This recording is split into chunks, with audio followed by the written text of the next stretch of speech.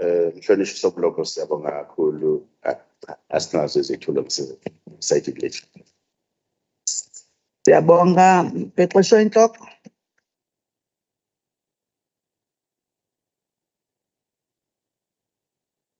The next one is notices of bills and motions of member statements. We will now give that opportunity to honorable members to present their notices of bills and motions and member statement. The first member is Honorable Simelane and the MEC for Health.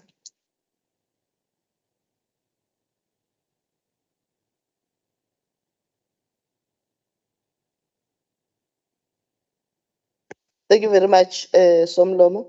Somlomo, this House notes the numerous requests from the public and the leadership of the African National Congress in the Herigwala district for a clinic to be built at Ufafa Ikop.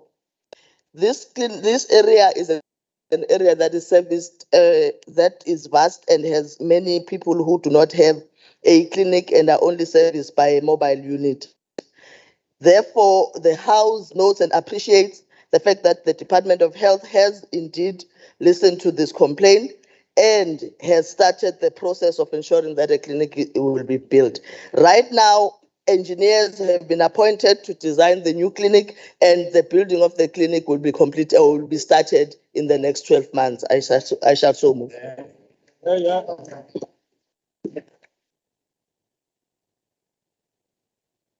The next member, Honorable Ntombela N. Is he in the platform?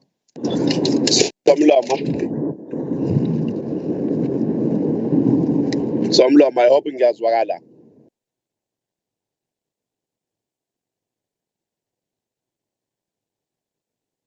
Switch on your video, Honorable Ntombela.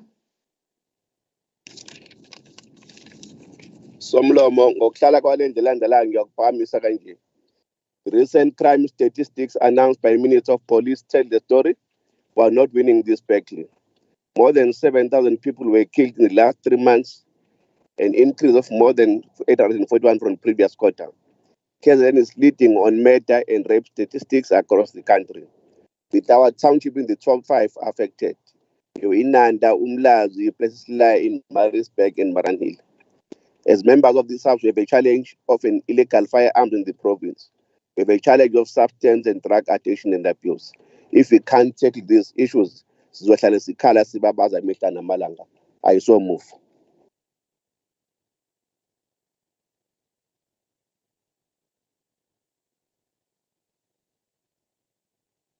The next member is Honorable Sonjika SM.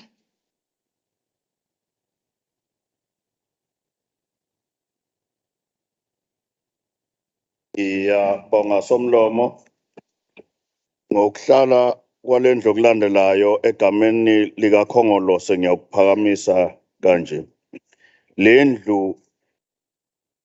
Lendlu ithole izindaba ezidabukisayo nezibhlungu zokusocongwa ngesihluku kwamntwana muntu kaPhiwana Milton Mbongiseni Zulu wasosuthu kwaNongoma. Lendlu yaqaphela ukuthi umntwana ubesondelela kakhulu nengonyama uMisuzulu kwaZwelithini. Lendlu iqaphela ukuthi umntwana ubengomunye obesebenza ngokuzikhandla ukwakha ubumbano endlunkulu nakuzulu wonkana. Lendlu inquma ukuba sidlulise amazwi enduduzo esilweni sakithi kwaZulu indlulamithi, abantwana bonke basendlunkulu, umndeni womntwana umuntu kaPhiwana, ukukhalisa iqembu leNkatha Freedom Party kanye nomongameli walo ubaba uHlabisa. Sifisele ukuthi umntwana alale ngoxolo. Ngiyaphakamisa Somlomo.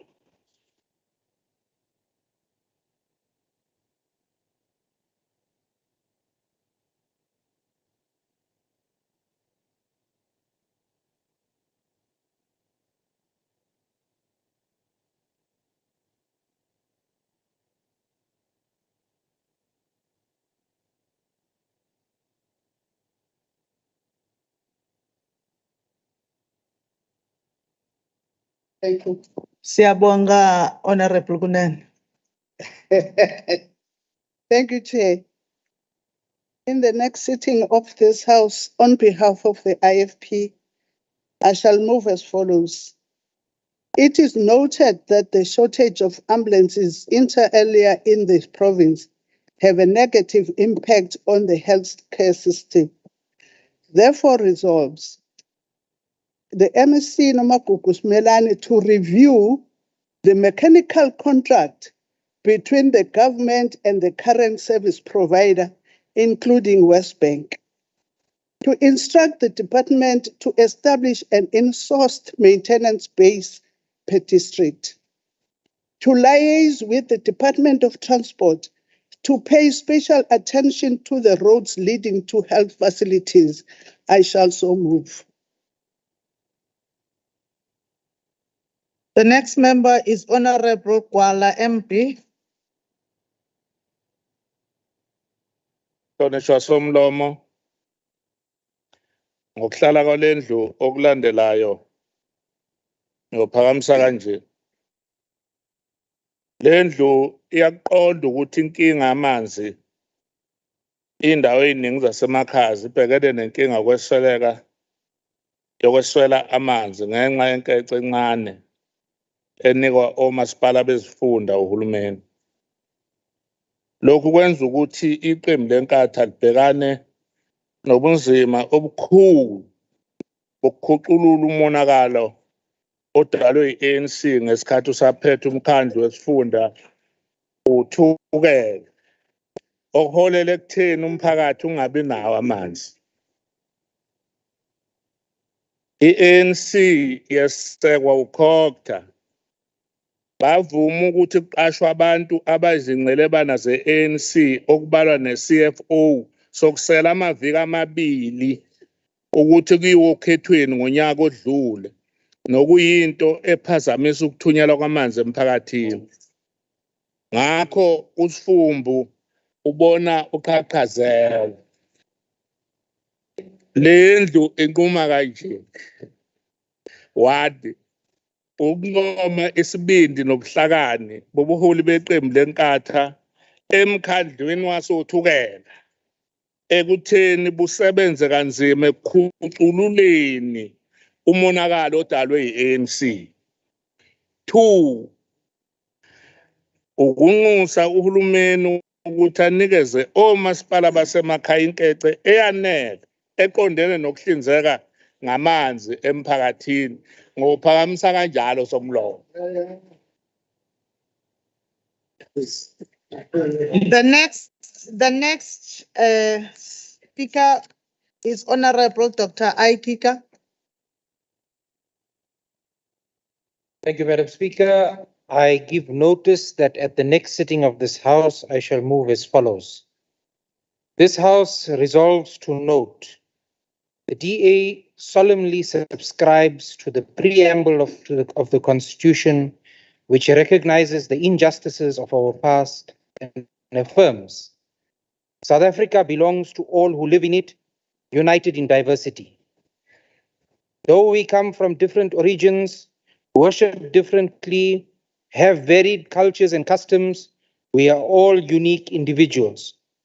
We must therefore have maximum individual freedoms, including the freedom of religion consistent with the law. Yesterday's SCA judgment permitting the Muslim call to prayer in Isipingo entrenches these rights for all religions, as in the Bill of Rights, and gives all zealots and bigots a bloody nose. So shall I move.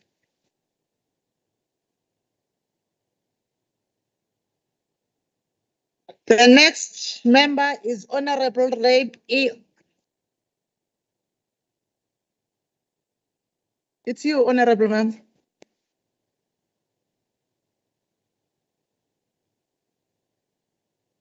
Sorry, Speaker, I didn't hear you. Okay, Madam Speaker, I hereby give notice that I shall move on the next sitting day of the House as follows. This House notes, as we move into yet another 16 days of activism, the latest statistics show that 1 in 6 elderly persons are victims of abuse in our country. Our very own grandmothers, grandfathers, mothers and fathers have targets on their back, and this government has failed them. This House resolves, therefore, that we thank TAFTA for making the necessary move of opening up a toll-free hotline to report elderly abuse, which is 0800 10 11 10, and that this government take note of the initiative that they themselves should have taken years ago. Madam Speaker, I shall so move.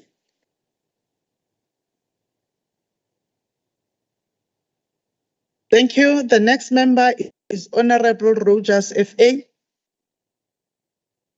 Yabulela Somlom Mama.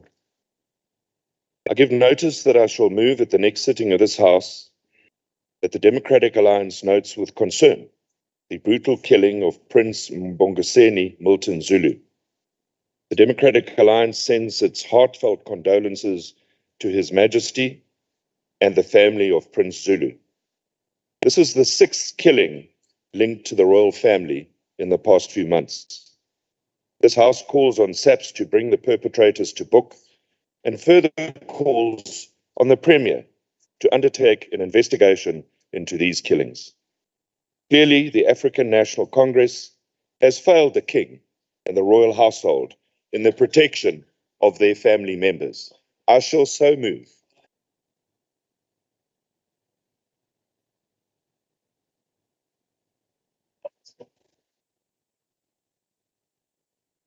The next speaker is Honorable Philiza MA. No.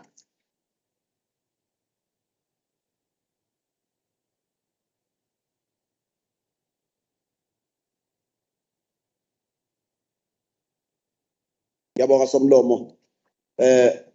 Egameni likaKhongolose ngokuhlala okulandela ngiyakuphakamisa kanje. UKhongolose uzwakalisa ukuphatheka kabi ngokubulawa kwabantu endaweni yaseHarting ngaphansi kwesifunda Sogu. Lapho kubulawa khona abantu abangaphezulu koyedwa cishe amasonto wonke. Okufike ngazwakali kahle indlela okugqoza ngayo ukuboshwa kwababulali. Uma ufika estation, uthi uma ufika estation uthole ukuthi amaphoyisa angena ezintangeni uma ufuna umnyombo wokubulawa kwabantu ngalendlela. Siyagxeka futhi kakhulu ukudayiswa kwezidakamizwa okuholela ekutheni kubangwe imizila yezidakamizwa yamatekisi. Ukubangwa kwamathenda osekungenelwe osomatekisi kanye nokubulalana embonini yezokuthutha. Konke lokhu okuthathu okungenhla kudlala indima enkulu ekuphileni kwabantu kuleya ndawo. Le ndlu ke iphakamisa ukuthi ke ake kushintshwe amaphoyisa aseHarting kufakwe amasha njengokufisa komphakathi wakhona. Ngiyabonga Somlomo. Ngiyakuphakamisa kanjalo. The next member is Honorable Moodley S.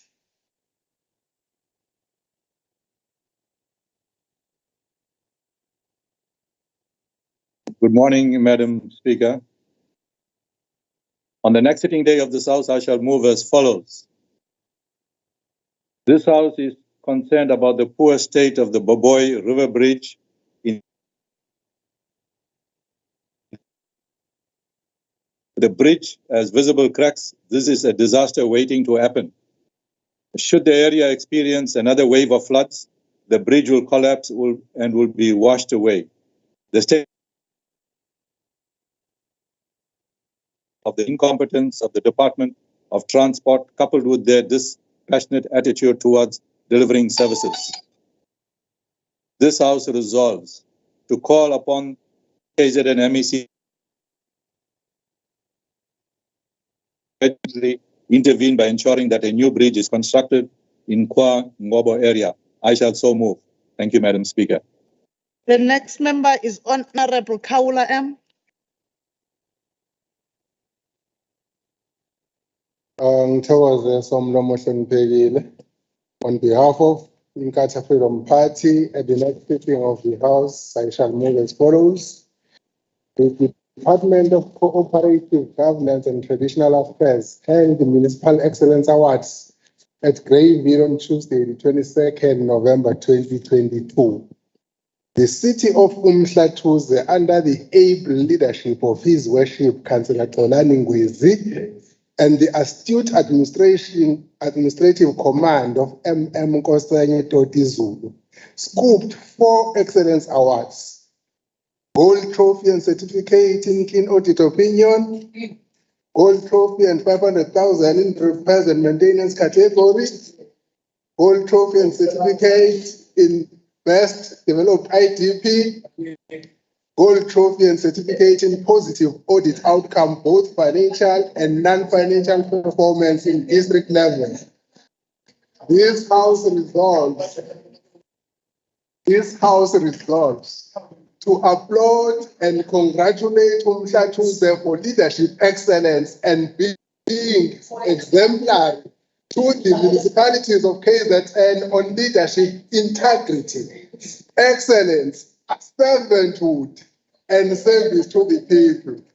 I shall so move some laws. The next member is Honorable Zulu RZP.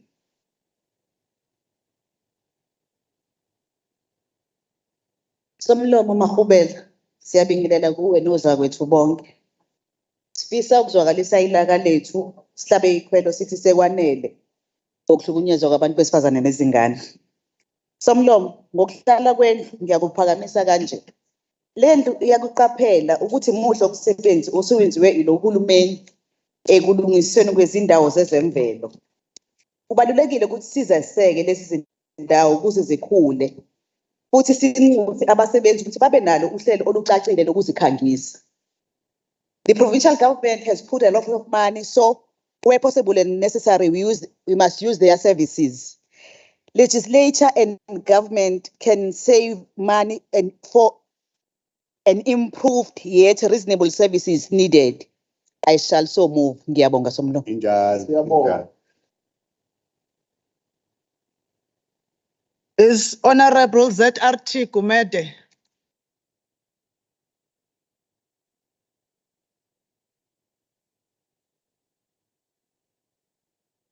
Speaker, on our next sitting of this House, on behalf of the African National Congress, I shall move as follows. The House notes the state of our province since the April disasters that caused many fatalities, destroyed homes, including our social and economic infrastructure.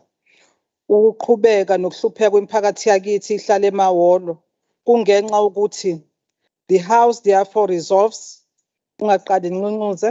acknowledge that there is government process that seeks to deal with disaster situations and yet have shown certain limitations and thus requires a further debate and interrogation by this House, to request this House to debate the policies that relate to disaster response. I so move. Somlo. Yeah. Honorable members. Honorable Dr. Aikika, on what rule are you rising? Madam Speaker, it's a point of order. The name of Honorable De Boer was also submitted for a motion.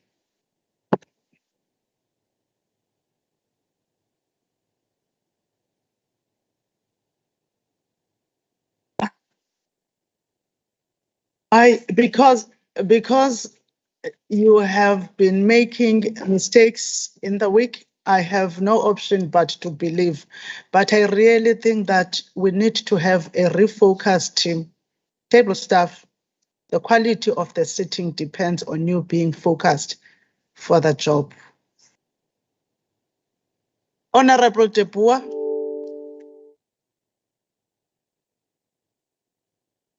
Good morning, Honourable Speaker. Thank you for your indulgence on this matter. Apologies. I give notice that at the next sitting of this House, I shall move as follows, noting that 1, the DA-led Mgeni municipality has positioned itself as a capable and responsive local government. 2, that Mayor Chris Pappas has made noteworthy announcements on the variety and quality tourism products available in Mgeni, positioning the small city as a premier tourist destination. This House resolves 3, for Etia MEC Duma, the Honourable Duma, to put petty politics aside and accept that the DA-led Mgeni municipality governs well. 4. And further accept that tourism will explode under Mayor Papas while it implodes under Mayor Kaunda and his sewage crisis. So shall I move. Thank you, Honourable Speaker. Honourable members, we have completed the item on the preliminaries regarding notices of bills, motions, or member statements. We will now move to the next order, but before we move, honourable members, whilst we were wishing members birthday, we forgot to include the name of the Honourable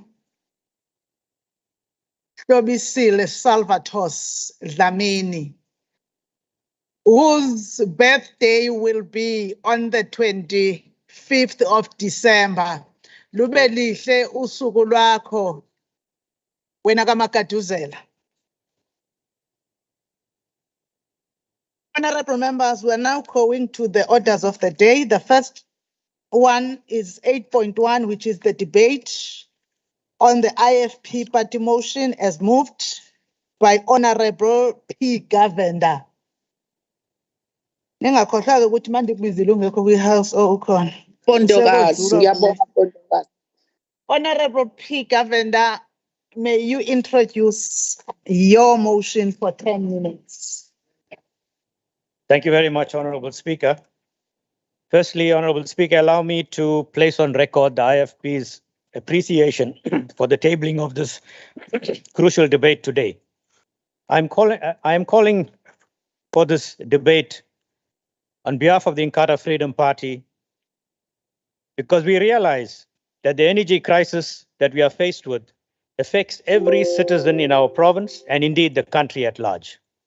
We also know and understand that energy supply is a national competence, but we cannot escape the fact that a lack of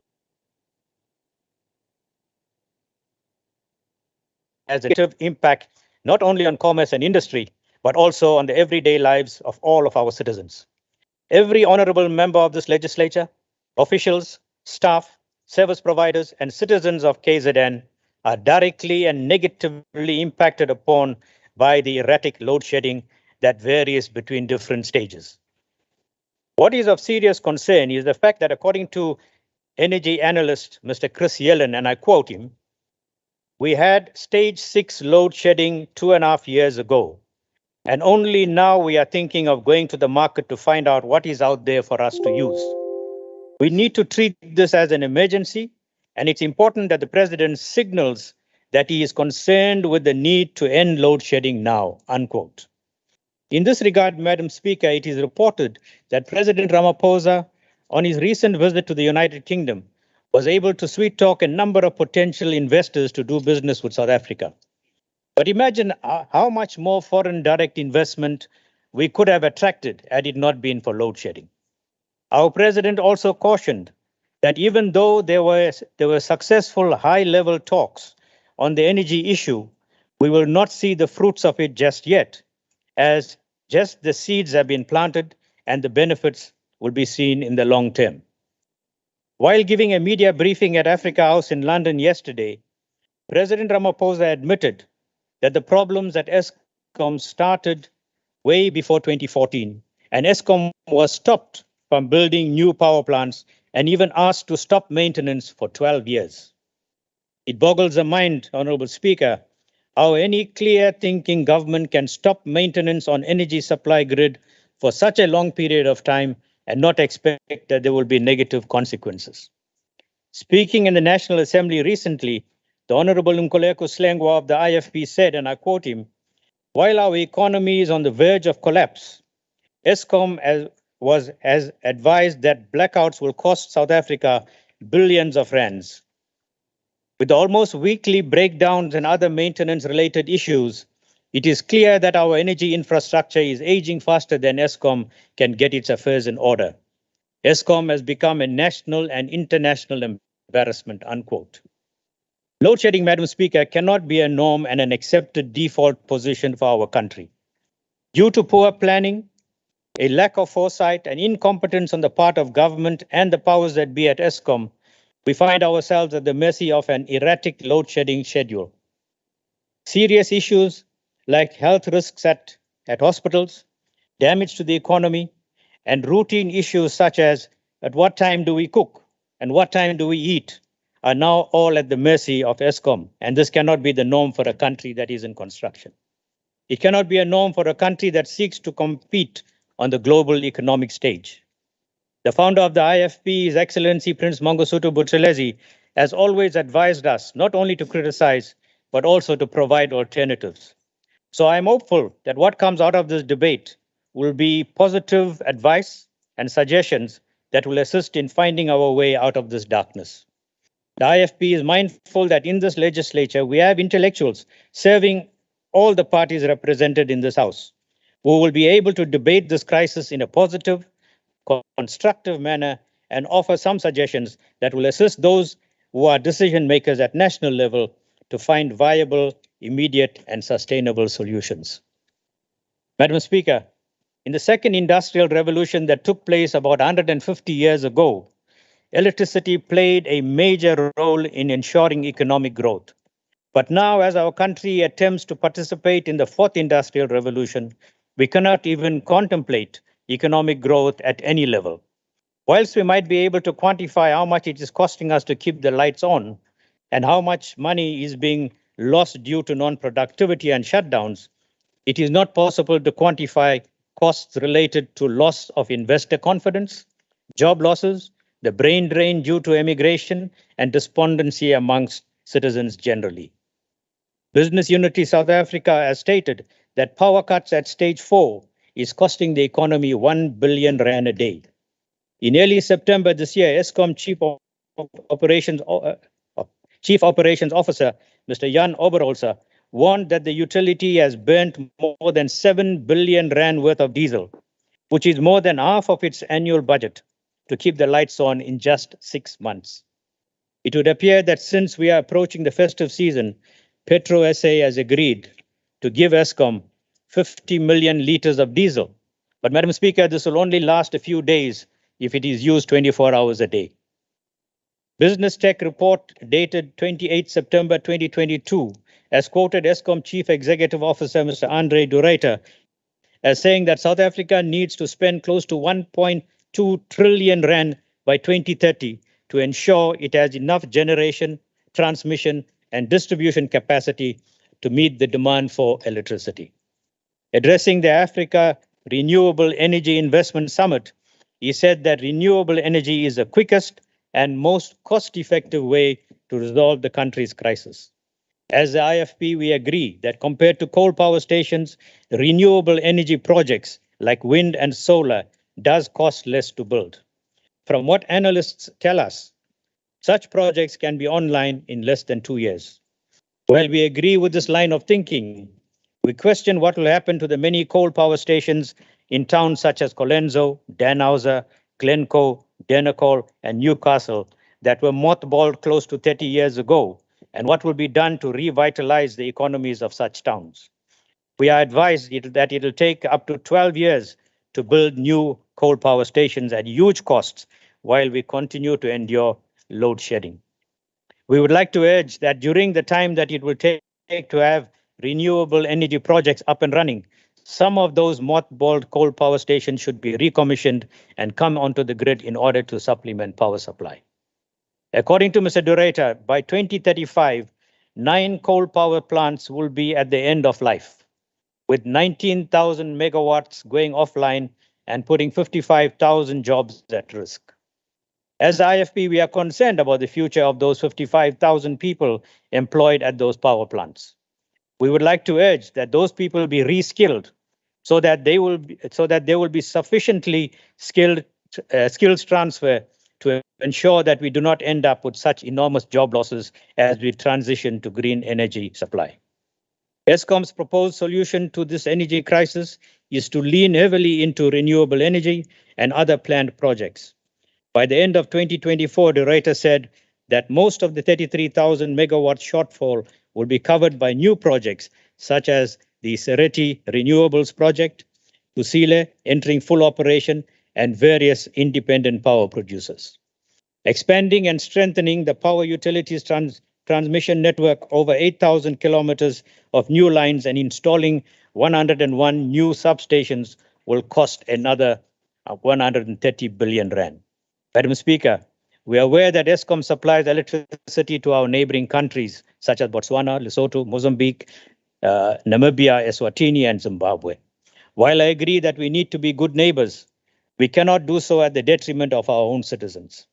No sane-thinking government should place its citizens' lives at risk, while in healthcare facilities, place citizens at risk of losing their jobs by damaging the economy and thereby destroying lives and livelihoods.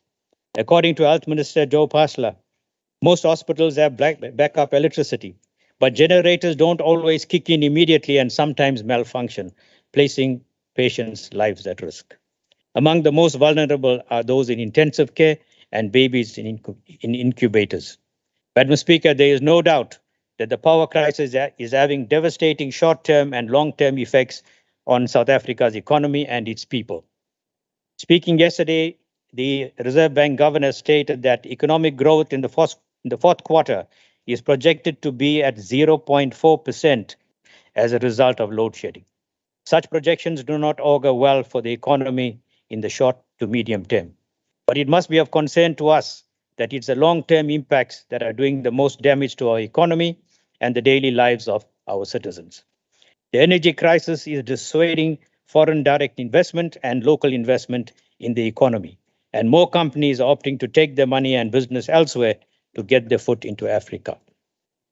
Mineral Council CEO Roger Baxter has stated that there is still a lot of unnecessary red tape, and I'm hoping that government will be able to undo and remove such red tape so that independent power producers can come onto the grid and be able to assist Eskom in providing the much needed electricity that we require. I thank you, Madam Speaker.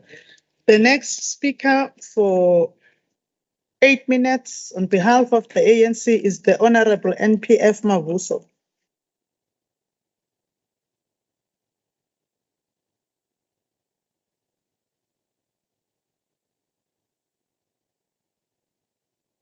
Honorable Speaker, Deputy Speaker, the Acting Premier, Chief Whip members of the Provincial Legislature, Honorable Speaker, one must appreciate participating in this motion debate, which raises challenges we are faced with as a country due to a number of reasons. We've seen the African National Congress raising this matter in almost all of its platforms as it is serious. We're happy that other parties as well are able to realize and actually Hold the time. Why is the time not there? Continue, Honorable Member. We're happy that other parties as well are able to realize and actually raise the challenge we have been raising as the African National Congress. However, whilst we appreciate that realization, we'd like to call upon other parties not to grandstand about this challenge pertaining to the energy crisis, but must be able to assist government in proposing solutions rather than complaining without providing solutions. Let us state facts and be solution-driven. Honorable Speaker, the productivity of industrial SMMEs is significantly impacted by electricity insecurity. These effects are frequent and extremely severe, and the majority of them claimed loss of productivity or trade as a result of bearing the cost of overheads while not operating. Equally, electricity instability affects investment in and by SMEs, particularly in the location of investment. As the African National Congress, we acknowledge the current processes of ensuring that the outages planned by our various local and district municipalities and by easing access to alternatives sources of electricity, such as generators and renewable energy. However, as policymakers, we should help to lessen the effect of electricity insecurity on SMMEs. Honorable Speaker, we must address the difficult challenges we face as a province and a country and respond appropriately. We have seen bed and breakfast establishments lose business from international tourists. The loss of international clients within our industries due to the failure to meet deadlines, among others. Again, in a country like South Africa, where SMMEs are seen as the main driver of economic growth, SMMEs need to be supported and their vulnerability reduced. A stable electricity supply is crucial in this regard. Similarly, it can be concluded that unforeseen changes in other infrastructure factors, such as telecommunications, transport, and even local taxes, would lead to similar short-term reactions in the behavior of SMMEs. Honorable members, allow me to also reflect on how the increased hours of load shedding contribute to pervasive violence. One, daily life is hard to plan as power failures come at unexpected times and after planned outages. Two, ordinary households too cannot prepare meals, and many people report spending more money on take-out meals than they can afford, whilst the cost of living is too high. Again, this takes us backwards as we use traditional methods which have taken us backwards, such as ukuthenga paraffin, ukusebenzisa ama-primer stove, nosikeni nokunye. Three, the gap between the rich and the poor is widening daily and is visible as the poor cannot afford generators, automatic lights, security for their homes. The haves can afford takeaways daily and able to move to their family relatives ngeimoto zabo, whilst they have nots, bahlala la bahleli khona uzobuya ugesi. Four, the crime is getting rifer daily in our society and opportunists take that advantage. Honorable Speaker, allow me to take the House through some of our concerns that, again, we are still faced with. For example, there has been an increasing acknowledgement of mental health, effects of power cuts, worsen fatigues, anxiety, and depression. And we have seen this in our schools and in institutions, apart from the socioeconomic stresses caused by load shedding. Equally, matters of retrenchment and unemployment, where small business owners cannot afford solar or generators to survive, are having to make tough decisions that include the retrenchment of staff. This will further exacerbate the mental health of the province as unemployment rates continue to skyrocket. Whilst we are faced with this challenge, we must appreciate the work that our government has been conducting, having sleepless nights, being criticized left, right, and center regarding this matter. With all that have been said, we must appreciate the fact that our government has been taking us into confidence about the challenges we face, and there has been a number of addresses done briefing the nation about this crisis, including government plans or turnaround strategies being communicated. Hence, the motion we are debating has elements of the truth. When it speaks about 2015, however, our government has been raising the challenges of Eskom from 2008, whilst they began long time ago. In conclusion, Honorable Speaker, we want to call for calm and indicate to society that the ANC is the only government that has the interest of people at heart. It is the only governing party that has history of leading the people. It does not make empty promises like other parties would do. It's the government and uhulumeni wentando yeningi, the government that takes care of the people of fakela abantu ugesi, obanike nezindlu. Lo hulumeni wakwazi ngisho ukufakela abantu ugesi endlini zodaka. Today wasibuyisela isithunzi salabo bantu. Wabakhela izindlu, wabafakela ugesi, wabanika amanzi endlini kanye nama-toilet. Siyabonga kakhulu Somlomo.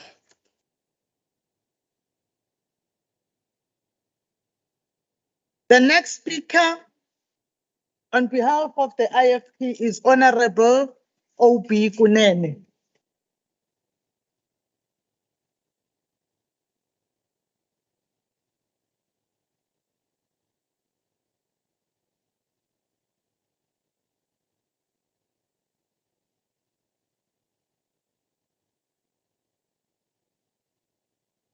The Honorable Speaker, the Honorable Leader of Government Business, Honorable Leader of the Official Opposition, Honorable members of this House.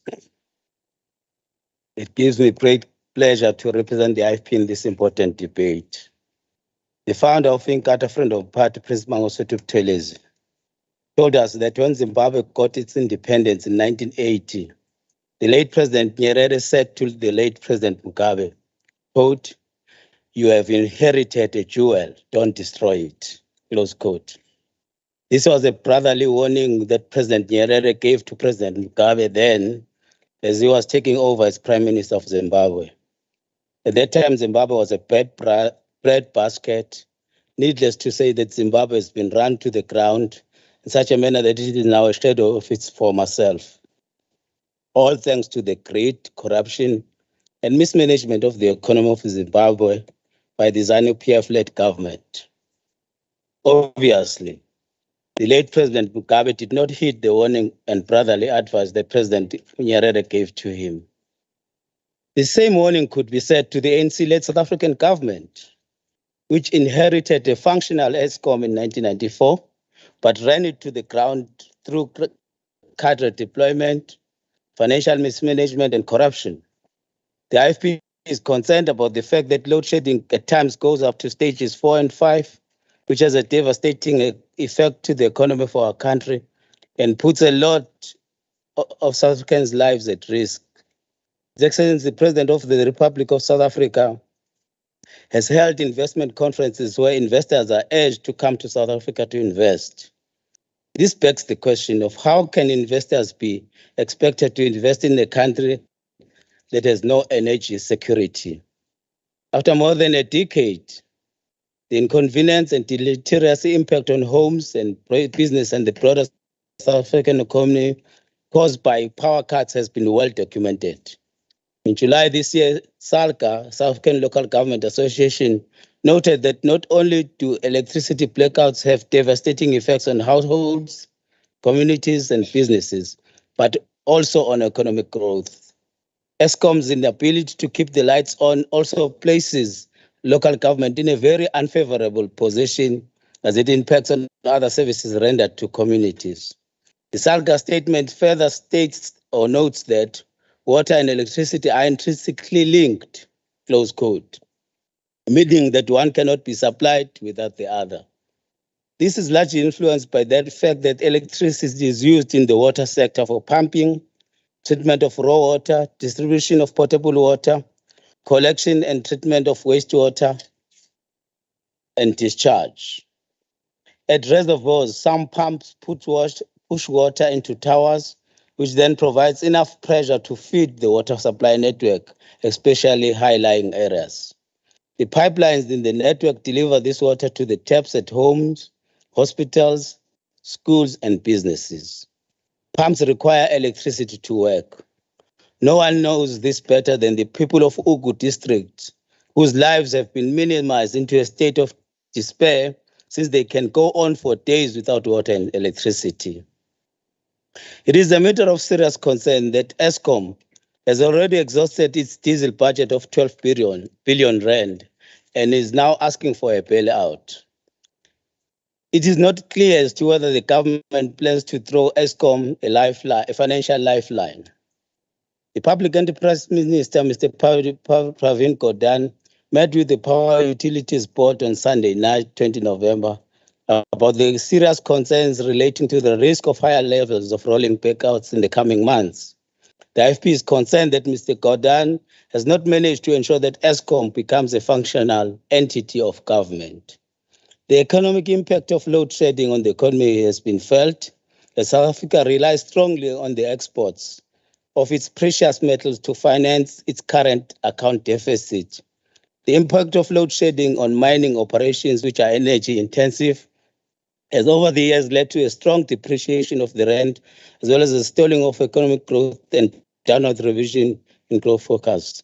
Ever since the beginning of load shedding, several rating agencies have downgraded the country's credit rating, which has had a negative impact on the outlook of the country as an investment destination. When load shedding occurs, mining operations are shut down, and in many instances, it takes several hours of miners to be evacuated from the mines. I'll come back. Thank you. The next member for 4 minutes is Honorable H.U. Depur of the DA.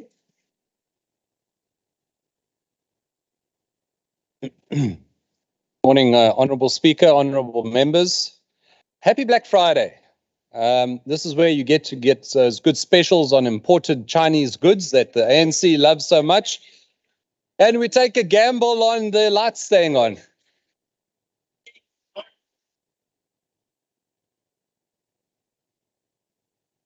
I'm saying happy Black Friday.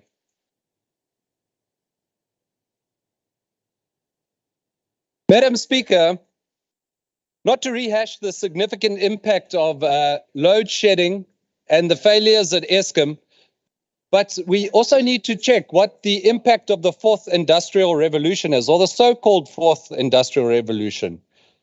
In having load shedding, we have various industries that the current premier is punting and supporting that are simply falling down because of load shedding and the inadequacies at Eskom. So we're looking at plastic molding, the aviation industry where you don't have aviation lights working, ports and maritime operations, and technology-based and robotics. And Toyota, we mustn't forget Toyota, where the ANC likes to go and collect a car just before the elections. To assess the problems within load shedding and Eskom, we need to understand the fundamentals and understand the history of it. And we don't have a load shedding or Eskom problem. We have an ANC problem. Let's go back and look at it. Just this week, the Honourable President was in the United Kingdom, and while he was drinking champagne and eating caviar, the ordinary citizens of South Africa were sitting without electricity. He then came back to South Africa, and all of a sudden, like a knight in shining armor, he came and he procured 50 million litres of diesel, and everybody got happy. Our savior. But nobody told us that the gas turbine generators burn that diesel at 144 litres per second, and that we have exactly 96 hours of generation capacity that will be provided by the 50 million litres. After this, there will be no further budget until June or July next year. Where will our energy capacity come from? What plans are the ANC making to keep the lights on? Back in 2015, Deputy President at that time, Cyril Ramaphosa, was tasked to fix the energy crisis that South Africa faced. And yet in 2022, we still sit with the same problem. We must remind ourselves that at that stage, it was the former President Zuma who was the president, and that worked out well for South Africa, didn't it? Maybe he'll return to Escort and become Escort's most famous citizen in the near future. Anyway, I digress. This week, we saw a presidential newsletter from the Honourable President Ramaphosa, where he said that state capture, Ramaphosa, yes, that's correct, Honourable Tele. This week, the presidential newsletter said that policy missteps and the impact of state capture was behind the problems of Eskom. Now, who was leading this state-owned entity since 1994? Certainly wasn't the Democratic Alliance. Right. Number two, the president said we are doing everything in our means to ensure that, like state capture, it soon becomes a thing of the past, referring to load shedding. But what has the ANC been doing for these past 8 years going now? The reality is that the energy landscape is being transformed, the president said. There's no transformation happening at the moment because in 2015, the short-term goals weren't met. In 2015, the medium-term goals should now be implemented. So there's no transformation happening. So we come here and we debate and the ANC says, well, there's all these plans. Well, actually, there's just no plans. Then there's corruption. Under Jacob Zuma, there was 15 billion rand in corruption. The Guptas, do we remember the Guptas? Thank you. I'll come back, Honourable Speaker. According to the speakers list, the next speaker would have come from the economic freedom fighters. Ukhona okubalulekile abakwenzayo. We will now call upon the speaker on behalf of the ANC for 9 minutes, the MEC for Cooperative Governance and Traditional Affairs, Honourable Esizigalala. Honourable Speaker, Honorable Leader of Government Business, honorable members of this legislature.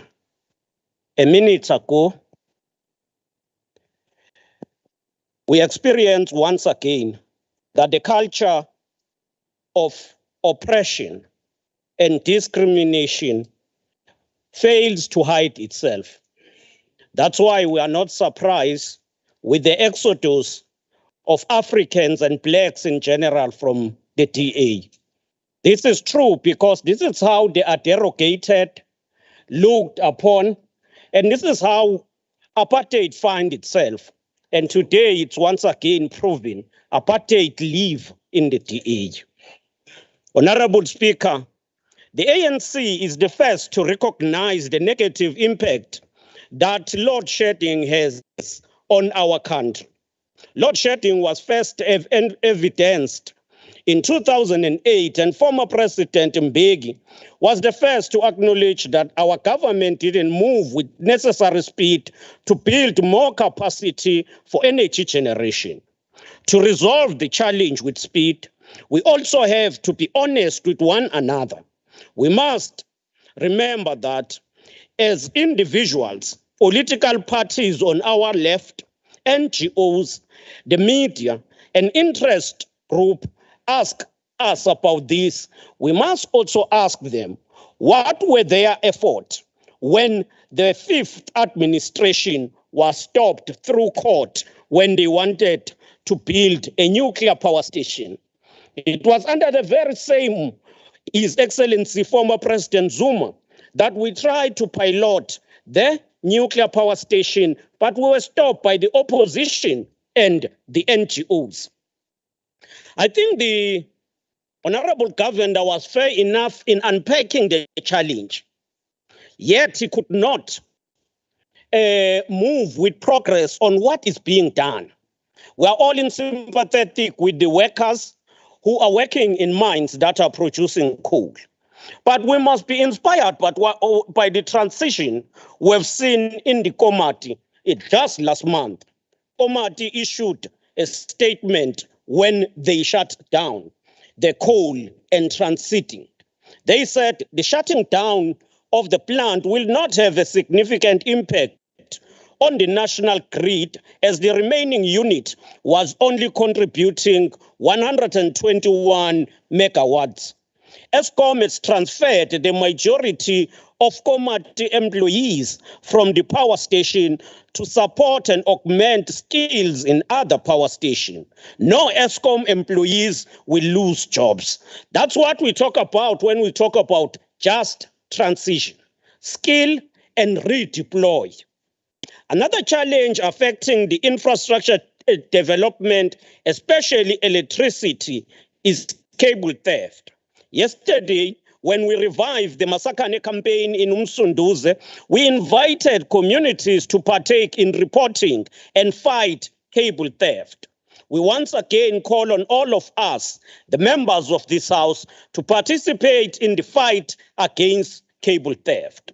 Many of our challenges relating to infrastructure include aging infrastructure, lack of maintenance, a limited fiscus, and a growing population.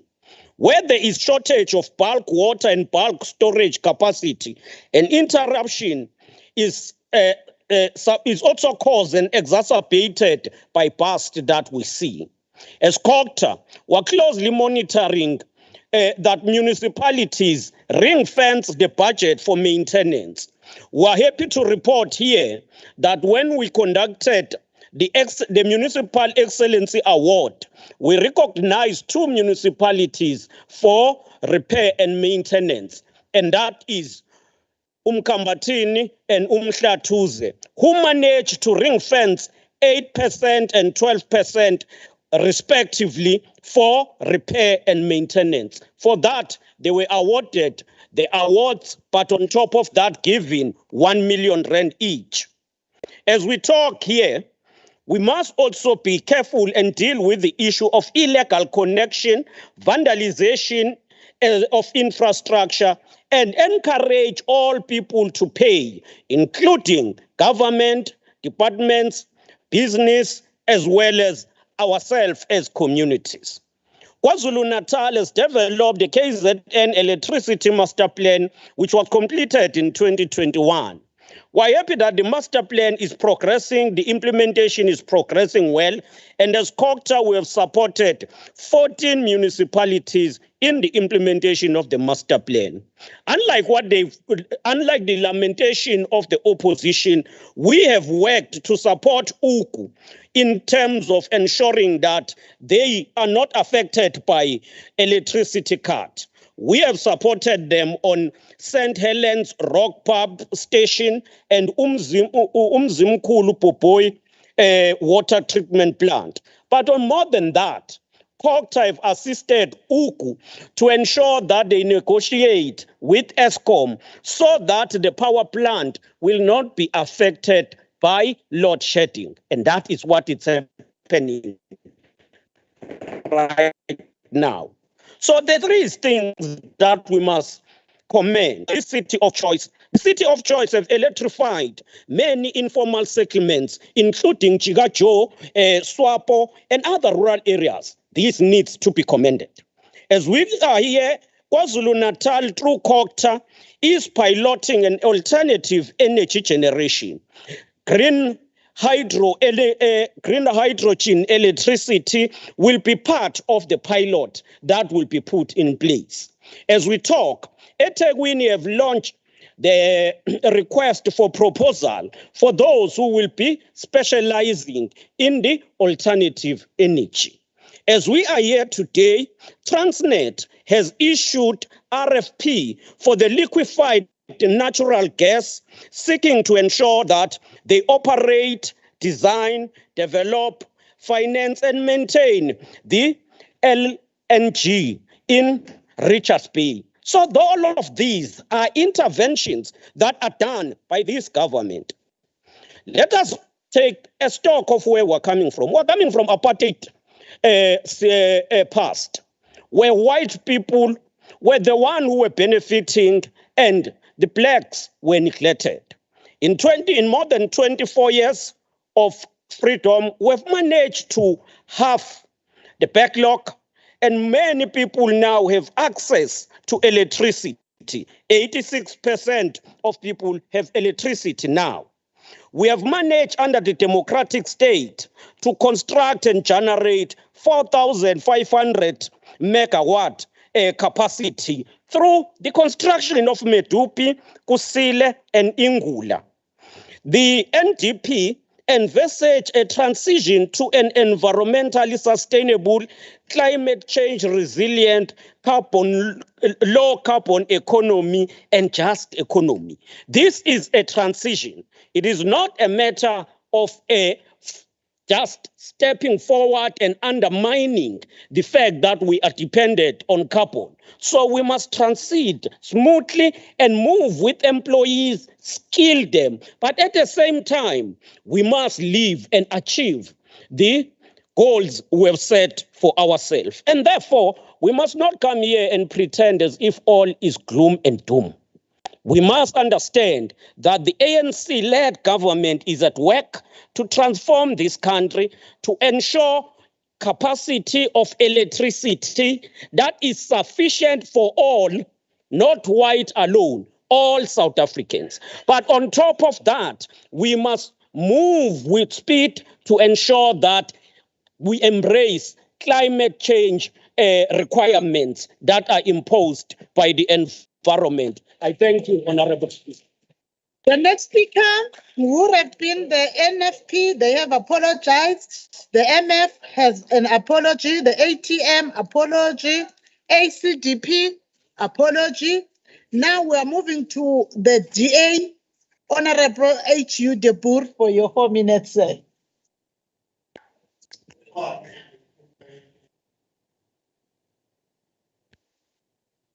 Thank you, Honourable Speaker. I'd like to clarify two very important issues.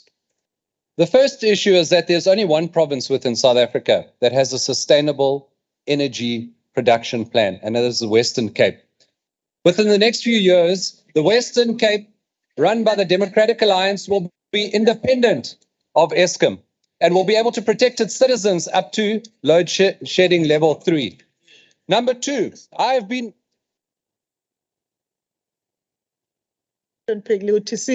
Singambuzi ngamazwi. Let us not drown the speaker on the podium. Continue, Honorable Member. Thank you, Honourable Speaker. I appreciate that. The second issue is that certain honourable members got very excited when I mentioned Black Friday just now. And seemingly I'm a racist and a slaver and all the rest of it. However, when scrolling through social media today, I saw that there was a government-sponsored advertisement. It might have been provincial or it might have been national. I don't want to mislead you, saying, spend responsibly on Black Friday. So am I the racist, or is government, which is in fact the ANC, so what's going on? So I think that the energy crisis, the ANC is confused, and when it comes to this particular day, the ANC is just as confused. But I digress once again. Let's go to the energy department run at that time by Gwede Mantashe, who was a confused communist and former union leader who has done nothing but scupper the renewable energy sector.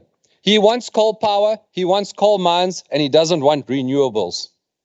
Now, since 2019, I remember I had just come in as a new member to this legislature. Myself and the former Honourable Chris Pappas, who's now the mayor of Mgeni, you remember we beat you in that election there. We came here and we spoke to you about several options. And these were very rational and doable options in terms of energy production, even that could be done within KwaZulu-Natal. These included public-private partnerships with Tonga Tulets, other sugar-producing mills, and big industry who already produce electricity on a small to medium scale, but who could potentially use that sugar and that gas and that biogas that they produce at their mills to further generate and to put electricity into the system. We were laughed out of this house. We were told that the ANC had a plan, but that plan, unfortunately, has not come to fruition. Wind and solar power. We live in a windy province. We have a massive rural areas where there could be solar farms. Have we seen any move from the government to support the private sector in getting that renewable energy going? We speak about climate change. The Honourable Zikalala is very correct. We need to start looking at climate change. It's a serious issue. The way to move is into solar and into wind. But what has this provincial legislature done to support those industries? There are businesses out there who are standing by and ready, but need government support. You have failed as the ANC. Biofuels and cannabis. It's always a topic of laughter when we speak about cannabis, because everybody thinks that we're speaking about getting high. We're not. We're talking about cannabis and especially hemp, which yields more biomass than almost any other plant, including sugarcane. That can be used to produce diesel. It can be used to produce other oils that can be used in these gas turbines that are there to generate electricity. Legislative changes need to be urgently made at a national level, and we haven't seen these happening at an urgent rate, to enable the private sector to really start generating electricity for South Africa so that we can get the electricity to the people who never had before. But instead, we stand here and we debate time and time again about the same issues and nothing ever happens. I am permanently walking around with a big bump on my forehead because I keep walking into the same stubborn brick wall of ANC policy. I thank you, Honourable Speaker.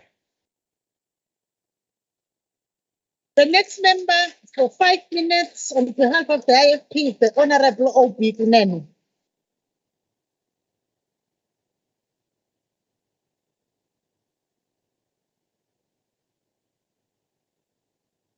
Honourable Speaker, the Governor of the Reserve Bank announced yesterday that the South African Reserve Bank has decided to revise downwards the economic growth of our country for this year because of load shedding.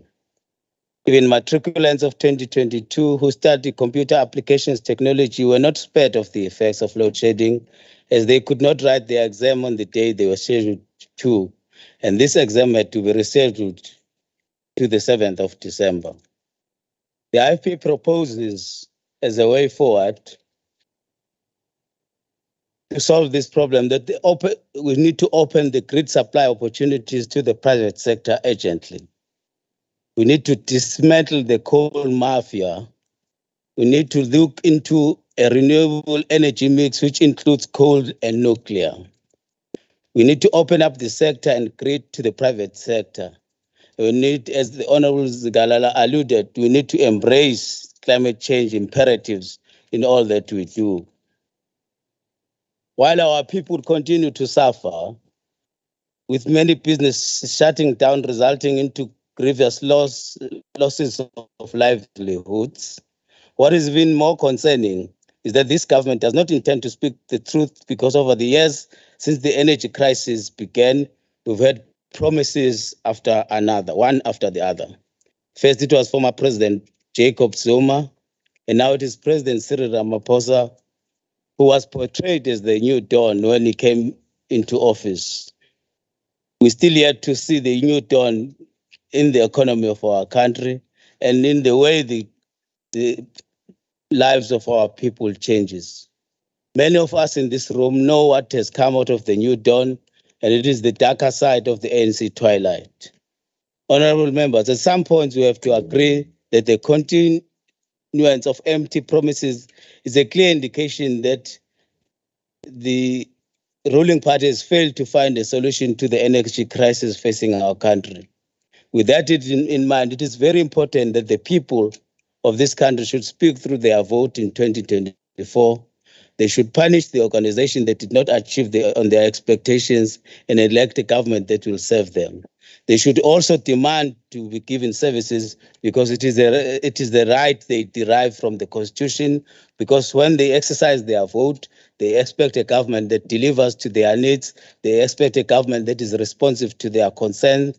They expect a government that will change their lives for the better. I thank you. The next speaker for 11 minutes on behalf of the ANC is the Honorable S.A. Duma, the MEC for Economic Development, Tourism and Environmental Affairs. Thank you so much, Honorable Speaker, once again for affording us this opportunity. Greetings to all the members of this august House. I think we agree that what has been raised by P Govender is critical, and it is such a serious subject. And his presentation and formulation, as Honorable Kuzen has already mentioned, is understandable. There is a sound argument. What is lacking is the way forward from your presentation. You spoke about the issue of an analyst. Analysts in their nature are non-monolithic. They don't agree. They vary as well on renewables, on just transition, on green energy, on hydrogen. So they differ because this is a scientific field, and it is always pitched at a very high proposition. That's where you were lacking, and we're just going to highlight some of the issues because you've used a cross-reference on some issues that we are going to debate and respond towards. Honorable Ramaphosa has just highlighted and give the clarion call on what should be done at that stage.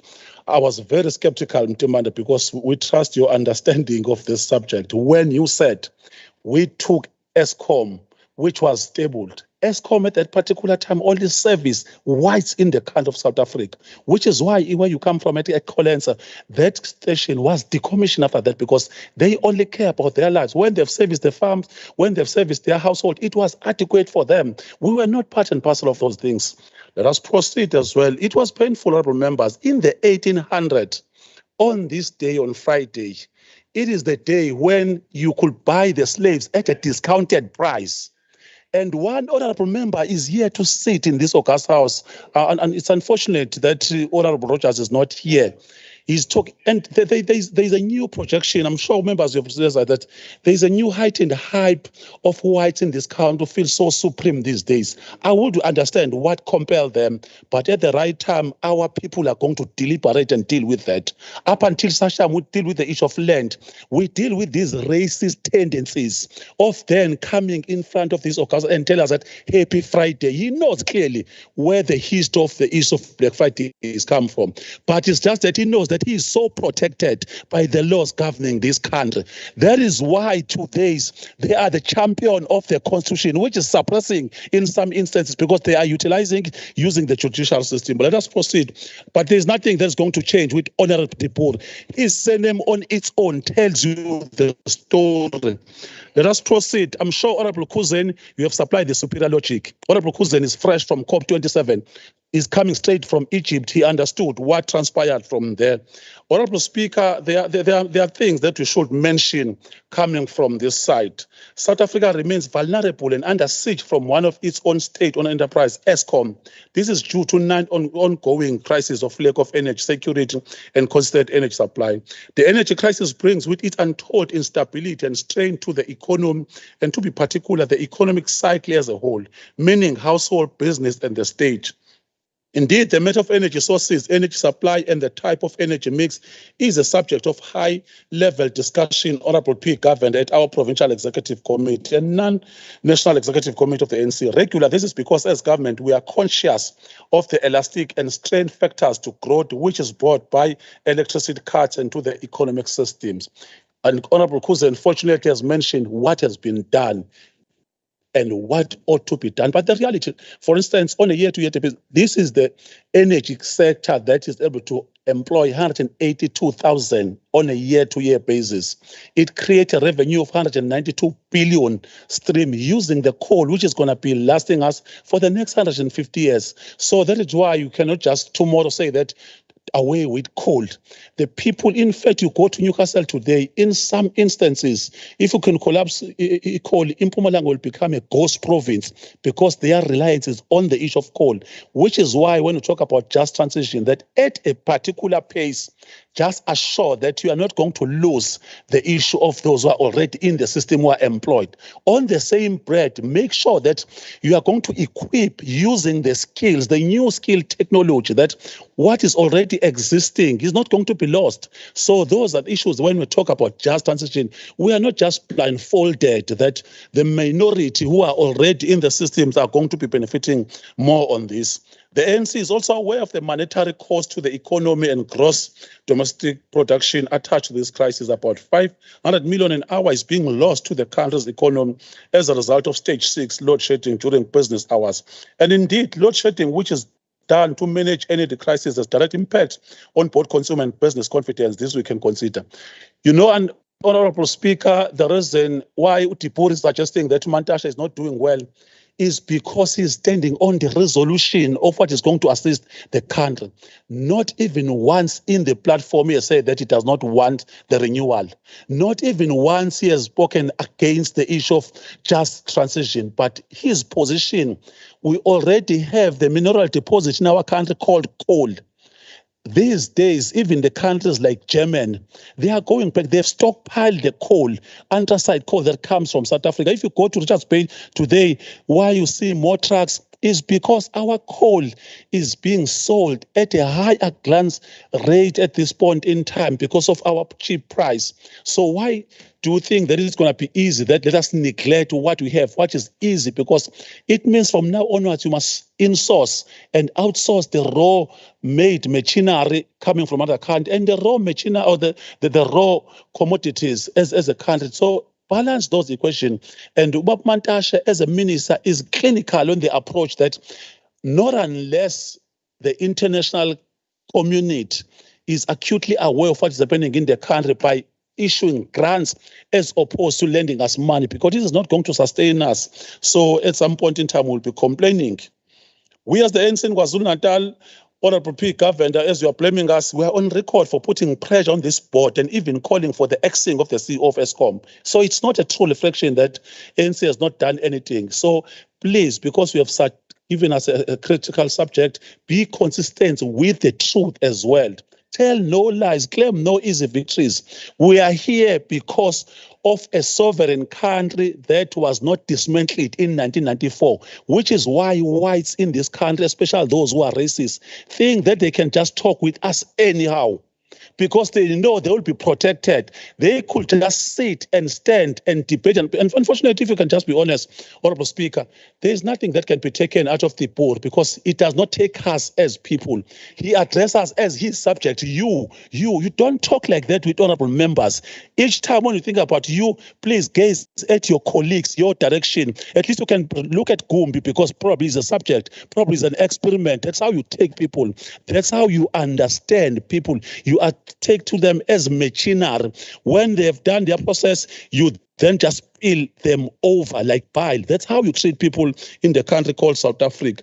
So I think it's critical, Honorable Speaker, that we have agreed that South Africa, to overcome the crippling impact of electricity shortage and load shedding, the country must embark decisively on a just energy transition to restore energy security, and through the integrated resource plan, mobilize investment and continue to pursue an energy mix which includes renewables, battery and pump storage, gas as a transition enabler, nuclear at a pace our country can afford, as well as explore carbon capture and use other technologies.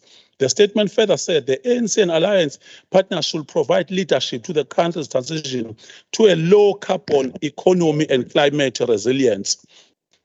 Indeed, Honorable Speaker and members, these steps will tell you that the ANC series listening to us is deployed direct by the Honorable Dibur.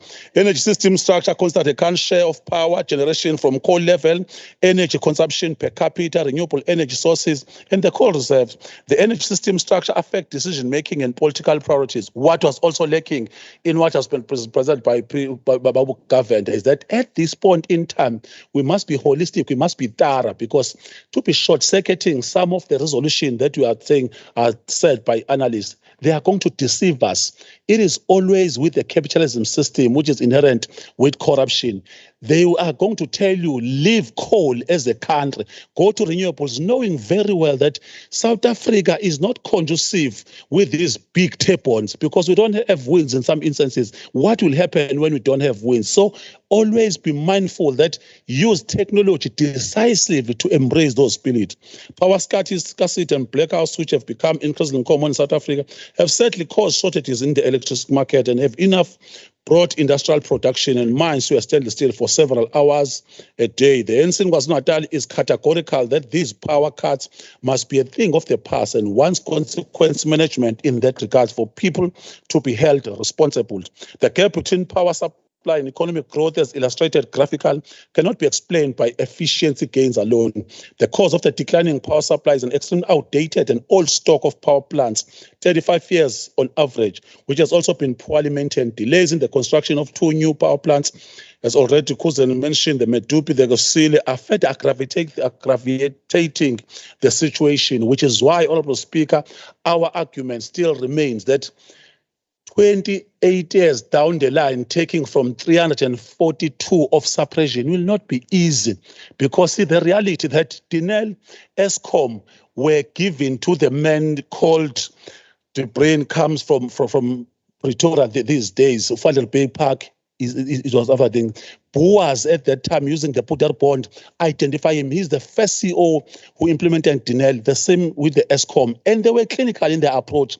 Just create a structure where those who were weak as Boaz, uneducated Boaz, must just tap and eat from there. That's how it was built. Even today, we want to dismantle that system of ensuring that we change the procurement setup so that we could just transform that interest. We want to thank you so much and profusely for giving us this opportunity, Honorable Speaker. Thank you.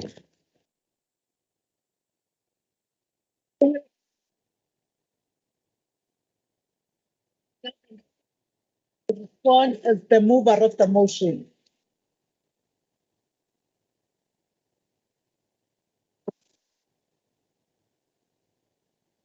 Madam Speaker. Madam Speaker, thank you very much. I think firstly, allow me to thank all honorable members who participated in this debate. As expected, honorable members contributed in a very positive and constructive manner, knowing that this issue should not be politicized. But what I find very strange, Honorable Speaker, is that members of the ANC, and including a very senior member like Honorable Zikalala, will come here and say that the ANC recognized the challenges. But the question is, what have you done about that?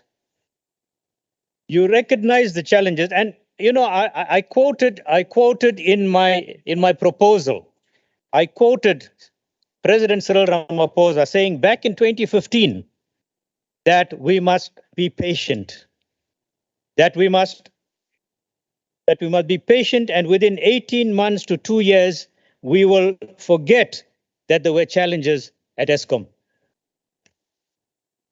We waited all this time. We were patient.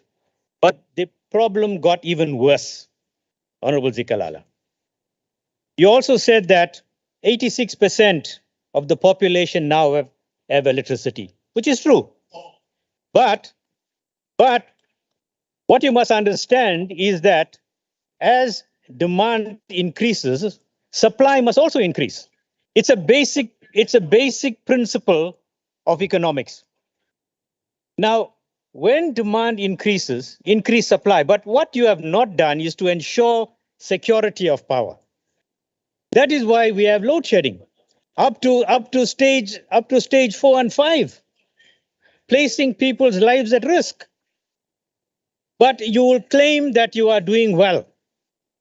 Now, you cannot claim to be doing well if we have load shedding every day, twice a day, 3 times a day, 4 times a day. So that is not being progressive. The Honorable Duma says that I said that the ANC has done nothing. I didn't say that the ANC has done nothing. What the ANC has done, and I will admit what the ANC has done, it has ran this Eskom into the ground. And that is why ANC is not, that is why the Eskom is not functioning these days. Power to do what? Stay in the dark. That is not progressive. What is needed? What is needed is that we remove the red tape. We remove the red tape and allow independent power producers to come on board and assist Eskom so that we have dependable power supply. Let us ensure that solar power, wind power, nuclear power comes on board so that we can ensure that people's lives and livelihoods are taken care of, and we can really do away with this issue of load shedding. We should not, in the 21st century, be sitting with a problem like this where people cannot be assured of when they can cook their meals at home because of load shedding. So let us be very positive in what we are saying, and let us offer solutions. As I said in my opening comments, Madam Speaker, let us debate this without politicizing it and make sure that we offer solutions rather than coming here and grandstanding about things that were not done. So that we have this problem of load shedding every day of our lives. Madam Speaker, once again, allow me to thank all of them that participated in this debate. And I want to also sympathize with the people out there that are protesting the gender-based violence. And we want to ensure that, and we want to make sure that gender-based violence does not continue to be a part of our lives as we move forward. Thank you very much, Madam Speaker. Thank you, honorable members. We have now come to the end of the item on the order paper regarding the IFP Party Motion. Before we move to the next motion, there is a matter that I think we must attend to. Earlier on, whilst you were doing member bills, notices of bills, motions, or member statements, it was brought to our attention that Honorable Dipur has submitted, and I chose to believe that over the one that was submitted by the administration, which of course, what was submitted by the table staff, honorable members, was correct. I apologize to the table staff because I was prejudicial towards them and decided to trust an honorable member. In actual fact, the DA's motion for Honorable Dipur was not submitted to the legislature, not to the Office of the Chief Whip or to the Office of Proceedings. But honorable members, why we are addressing it, it's because it's the second time that the Office of the Speaker would be accused of not tabling things that belong to the DA. There was a workshop on rules where it was alleged that there is an apology for Honorable Rape. I'm not sure how to pronounce the name. But anyway, my name is Nontembeko. It's also difficult to pronounce. I hope the honorable member pardons me. that there was an apology that was submitted, and the office of the speaker, if the office of the speaker is unable to do or perform their duties, it's not the business of the DA.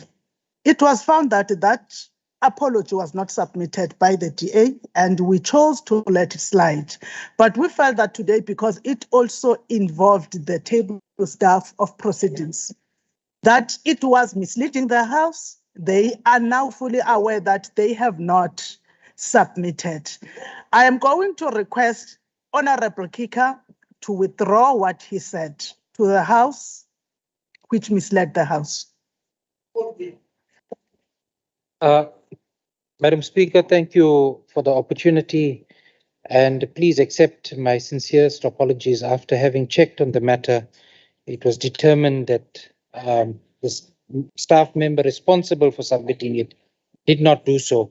We will rectify it from our end, Madam Speaker, and we follow your instruction and apologize to the House and to the table staff and withdraw without any hesitation. Thank you, Madam Speaker. Thank you. Thank you, Honorable Kika. That then brings to end any discussion regarding that matter. We will now go to the next order, which is 8.2, the debate on the 6th ANC party motion, as moved on the 20th of October 2022 by Honorable Dr. NNG Mahlaba, MEC for Human Settlements and Public Works. And to present the introduction of the motion, we call upon Honorable BN Sithole Moloi, the MEC for Department of Agriculture and Rural Development, to present the introduction on behalf of Honorable Dr. NNG Mahlaba. You've got 10 minutes to read that speech. Thank you, Honorable Speaker. Honorable Speaker, Honorable Deputy Speaker, Honorable Premier, members of the Executive Council, the Chief Whip and the Deputy Chief Whip, and honorable members of this august House. Thank you, Honorable Premier. Speaker, sibonga ithuba sipha lona ngosuku la siqala khona ukuqhakambisa isikhathi esithi akungabi khona ukuhlukunyezwa kwabantwana nabantu besifazane. Esiqala kabi ke sesichukuluziwe sabizwa ngokuthi lolu suku luwusuku olwethu uBlack Friday, kanti uBlack Friday urepresenta inhlungu yethu. Kodwa ke akusho lutho ke kusho ukuthi kufanele nathi sihlale siloku sibuyela kuyihistory ukuze sikwazi ukuthi sidile nalezi zinto. Ngike ngezwe omunye ujaji la ethi kufanele silosikhumbula ukuthi amasela utshontsha umhlaba awubuye. Manje thina sesikusho sikuyeke, ingakho besikhumbuza namhlanje benegadi zokusikhumbuza namhlanje ukuthi Black Friday isho ukuthini and bayi-celebrate ngoba basibona njengeyimfene esafanele ukuba sezulu. On the 20th of October 2022, I moved that the House resolved to command the Department of Human Settlement and Social Development for its expediency in finding alternative means to resettle the flood victims and for providing counseling and support post the devastating April 2022 floods. I further appealed to the Portfolio Committee to conduct oversight on the progress on the resettlement of these victims. Since then, the African National Congress-led government has remained determined to ensure that thousands of lives affected by the April floods are returned to normalcy. The Department of Human Settlement has also resolved to set a deadline for the closure of all mass care centers before Christmas. Since the anticipated April calamity, over 205 families have been moved to transitional emergency accommodation, and a rental assistance scheme has been approved to respond to the growing needs of the displaced families. Whilst government has set itself a deadline to have all communities at mass centers care centers relocated to the more decent and transitional emergency accommodation facilities. Plans are afoot to finalize the resettlement on some flood victims to permanent homes in some areas in eThekwini. As of the beginning of this week, mass care centers have been reduced from the original 135 to 74. This is yet another gigantic leap in our effort to restore the dignity of some of the most affected families, some of which had lost everything, including hope. To date, more than half of these families are living in decent accommodation as they begin to process as they begin the process of rebuilding their lives. It is noted that over 50% of the mass care center has been closed down following the flood disaster in 2022. In Msunduze local municipality, the municipality has identified land for construction of temporary residential units that will clear all the occupants of the Truro house.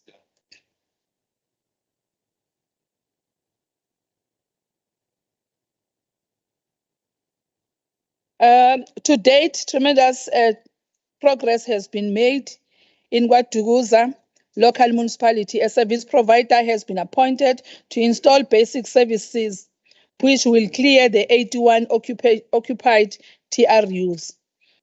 In addition, the KwaZulu-Natal Department of Human Settlement has transferred an amount of 34 million to eThekwini Metropolitan Municipality for the provision of material supply to the beneficiaries whose properties were adversely affected by the April and May floods.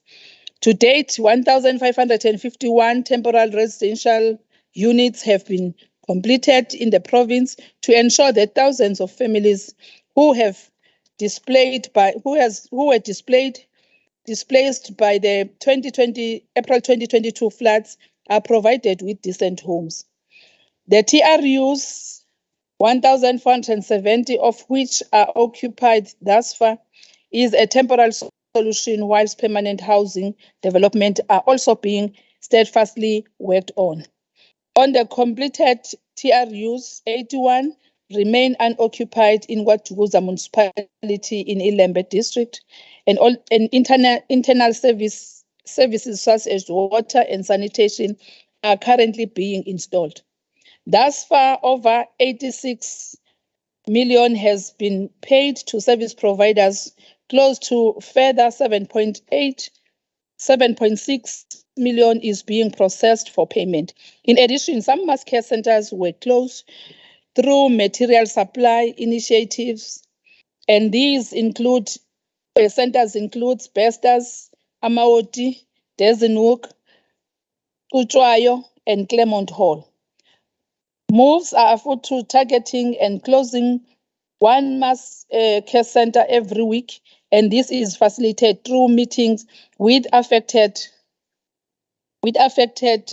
ward councillors, as well as the meeting twice a week with the National Department of Human Settlement, KwaZulu-Natal Department of Human Settlement and Social Development in KwaZulu-Natal, and eThekwini.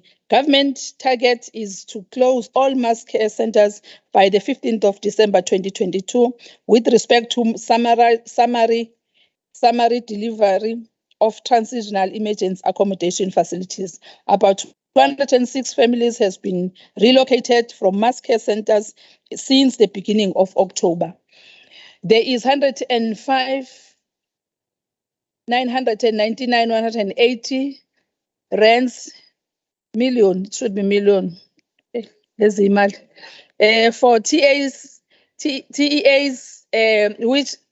which signed up lease for the value of 17,988, 17.9 million over 24 months, and amount of 1 billion has been incurred thus far. The verified impact thus far indicates that the current assessed buildings and secured leases being pursued can yield 995 rooms stroke households. With regard to the proposed provision of permanent housing solution for floods displaced communities, government has taken a decision that all land parcels procured are to be developed as a permanent solution. In addition, it has been recommended that the proposed development be aligned to the municipal land use control through a shortened statutory process, which will be followed due to the urgency for permanent solution utilizing municipal bylaws. All appointed service providers were briefed on the change of scope at the beginning of October 2022. Submission meeting was held with the municipality to ascertain level of studies required for the shortened statutory approval. Additional 15 land parcel has been identified in the southern, northern, and west region of eThekwini municipality for possible use for permanent housing solution, in addition to the 8 land parcels that have already been handed over to the appointed service provider. I thank you, Honorable Speaker.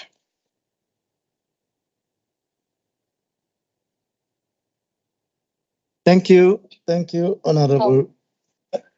Ngiyaxolisa Deputy Speaker bengisagcine uSpeaker Mvelasi omkhulu Mnisi. Okay, thank you. We are now going to receive a speaker from the IFP, Honorable TJ Gumede.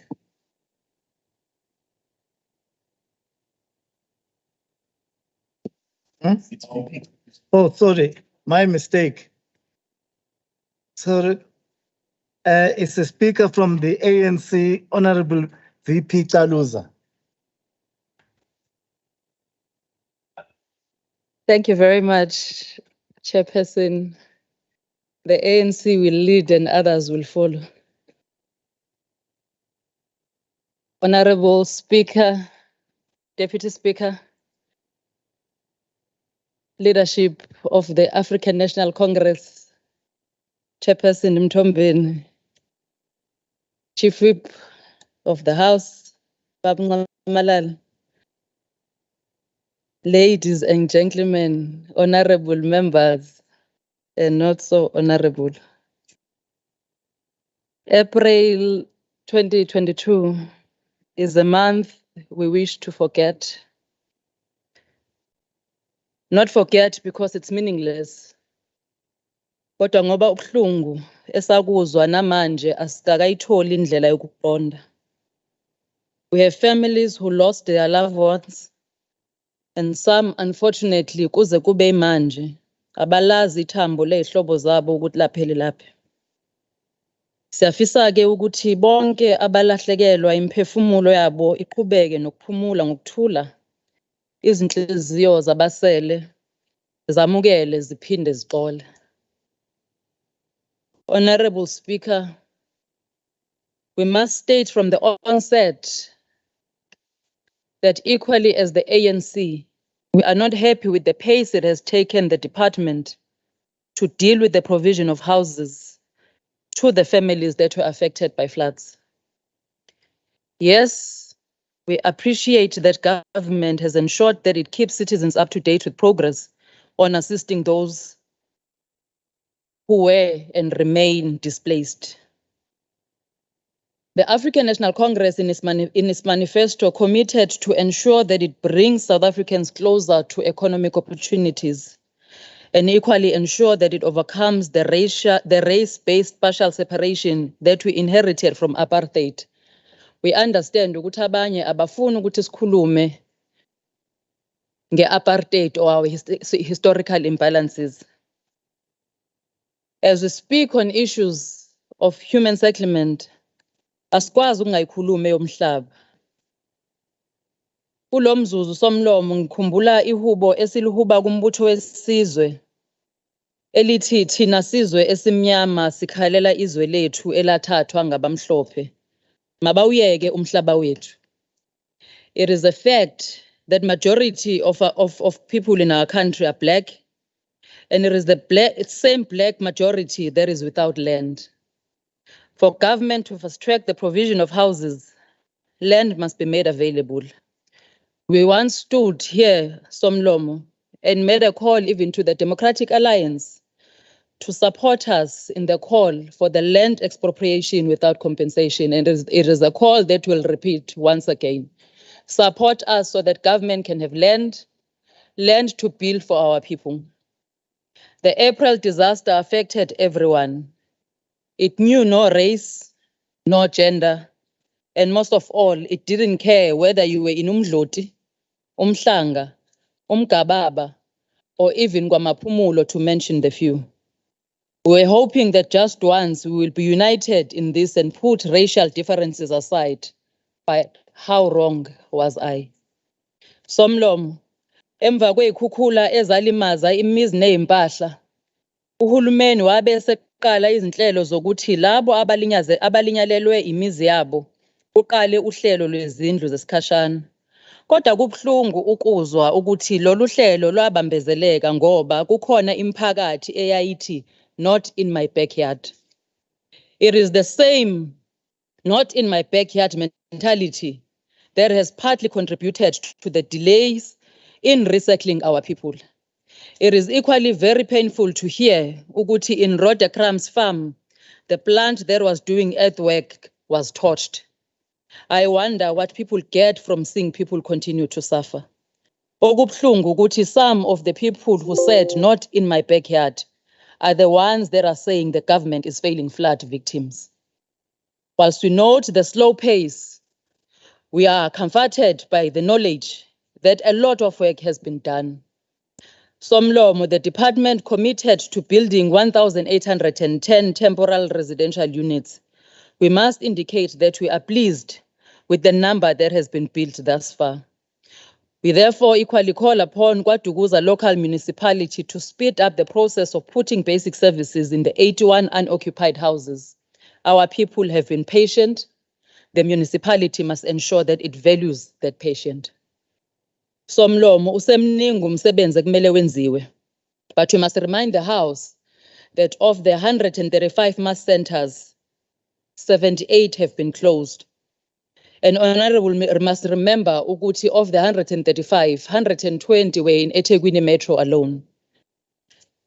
And in eThekwini Metro, 33 have been closed.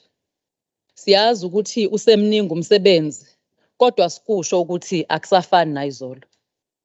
Asikusho-ke futhi ukuthi whilst we welcome the transitional emergency accommodation known as the TRAs that government is busy arranging, we say we welcome lolu hlelo ngoba luzoqinisekisa ukuthi abantu bakithi babuyelwa isithunzi.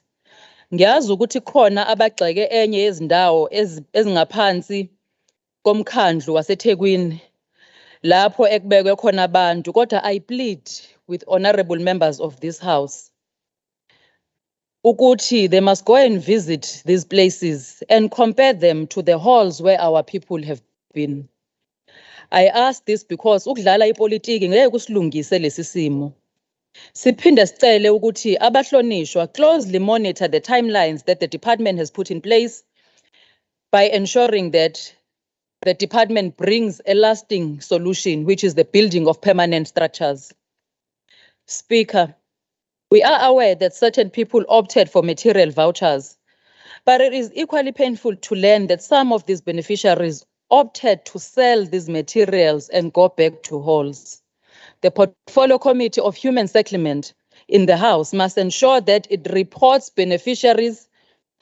It requests for a report of beneficiaries who opted for materials so that there is no duplication in terms of beneficiation. We must follow the money. Somlomo, it goes without saying that infrastructure was badly damaged due to these floods in many areas. We appreciate the work that has been done to ensure that we bring back the disrupted services. However, the failure of eThekwini Metro to resolve the issue of sewer going into the ocean can't be accepted. We call on the government of the ANC to ensure that the Metro resolve this issue. eThekwini Metro is one of the tourist attractions, and having certain beaches closed during the festive season will have a negative impact. Somlomo, each time we face a disaster crisis, some people shift the blame on government. When are we going to raise the issue of the EFF who promote land invasion? In Kokstad alone, kunabantu abavele bagxumeka izakhiwo phezu kwengqalasizinda yomkhandlu. Had it not been for the decisiveness of the municipality, sasiyokhala mhlazane kwenzeka lo monakalo. Thank you, Honorable Siyabonga. Saluza. We can now have the speaker from the IFP, Honorable TJ Gumede.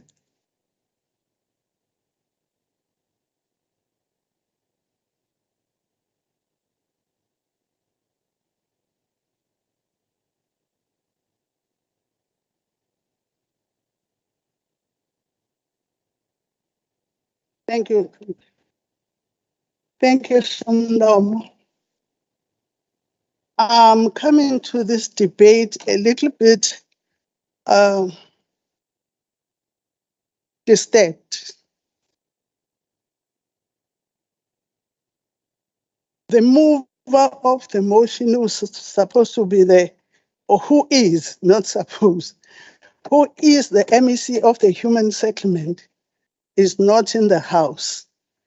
I was hoping that for the first time I'm going to see his face because he has never been to any portfolio committee meeting. I sit in human settlements. You cannot deny that because I sit there. Thank you, Speaker.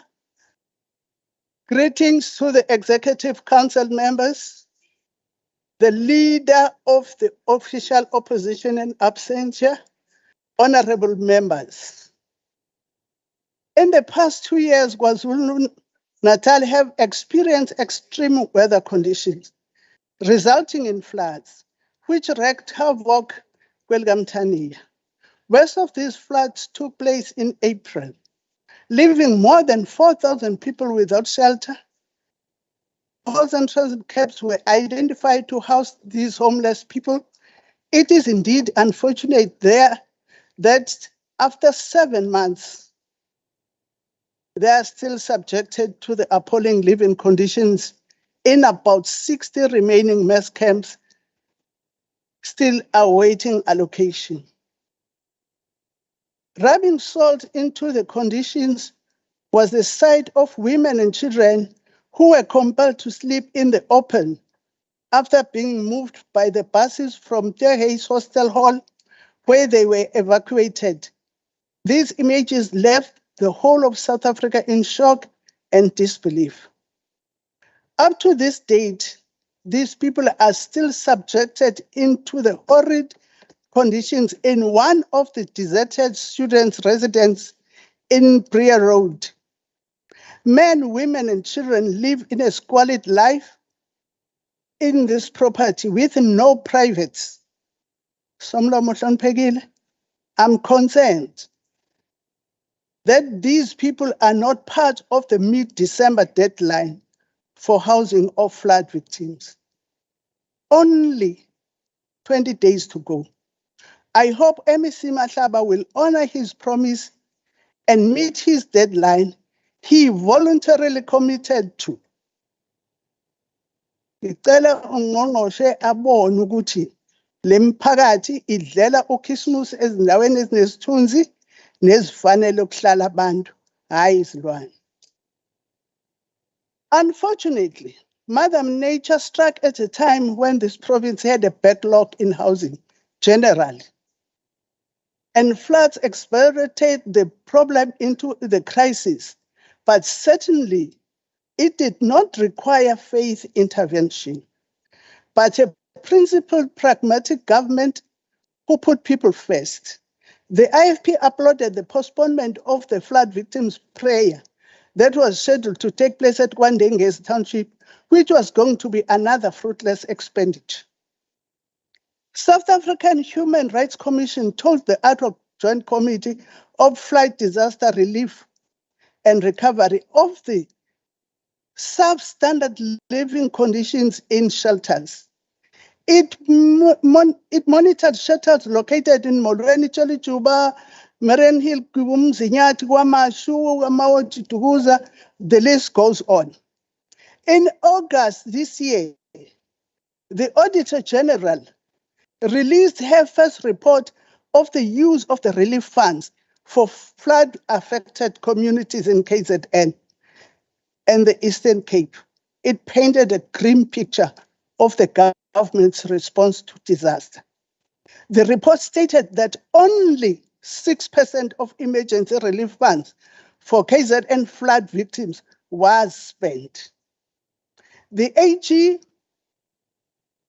team found that the province Human Settlements Department did not timeously assess and validate displaced households as beneficiaries of the temporary residential units.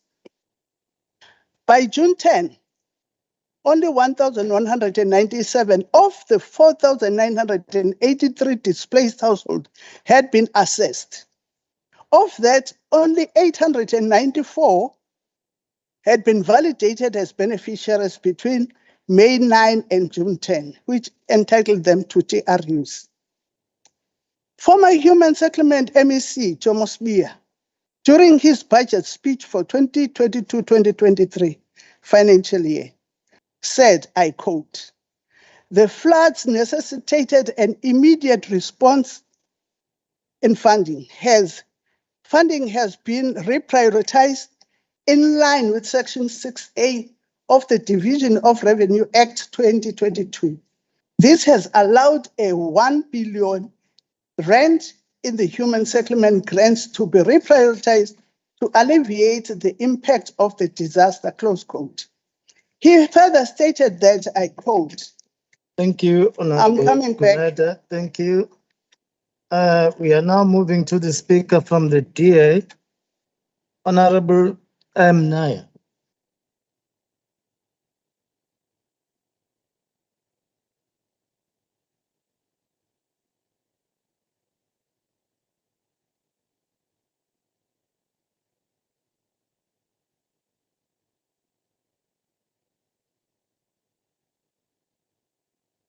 Mr. Speaker, honorable members, greetings to you. Mr. Speaker, I have to admit that this motion had me a little stunned. I just couldn't understand why MEC Mhlaba would put forward such an ironic motion when there is clear evidence that he and his department have both failed flood victims miserably. Perhaps if the MEC attended portfolio committee meetings, he would better understand our thoughts and our views. I must say, although the previous MEC and I exchanged harsh words and had heated exchanges, at least he was present at the portfolio committee meetings and was there to account to us. And then I remembered the words of the writer and poet Ajavi Das, who said, I quote, "Self-praise is the first sign of insecurity." And so I don't blame the MEC for feeling insecure.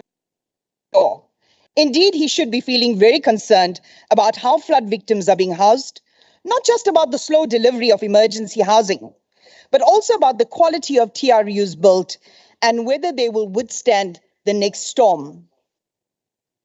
Now, as the opposition, we are often accused of being highly critical and not praising departments like the MEC has chosen to do with this motion.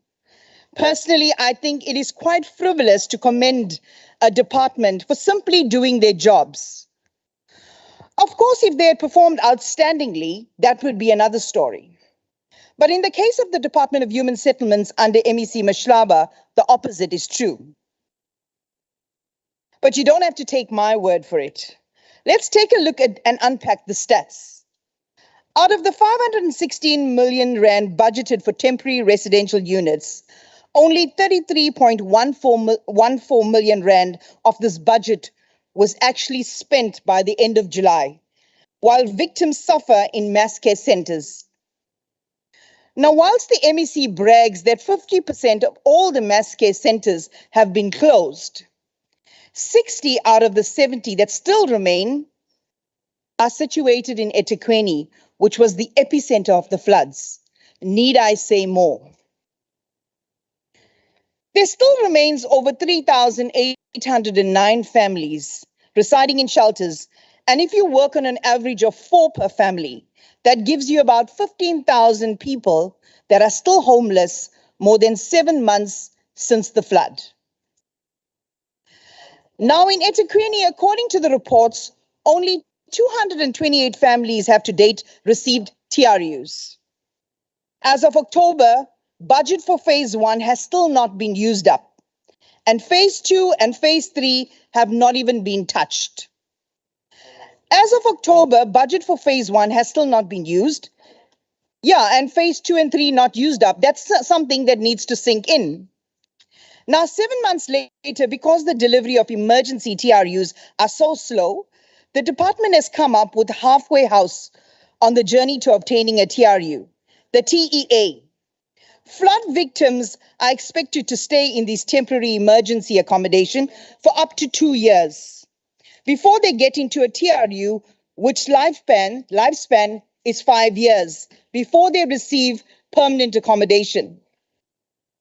Now let's take a look at what the Auditor General had to say about the human settlements performance. Can just pause. Honorable Taluza,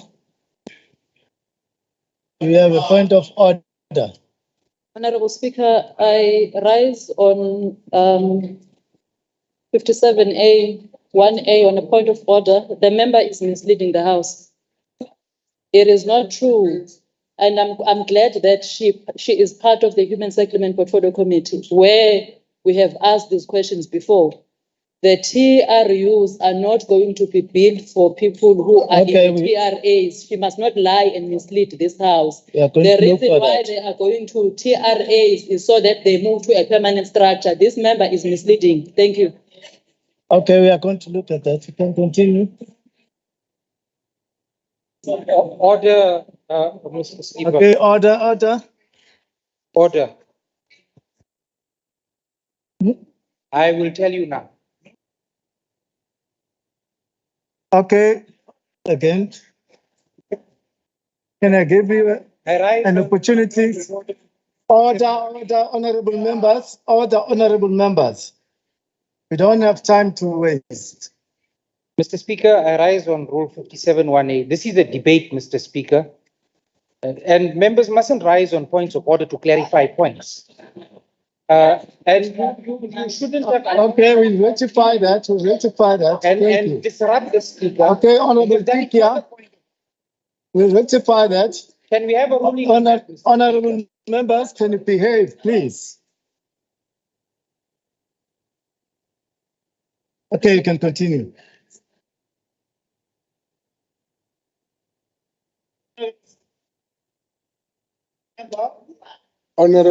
Honorable Speaker.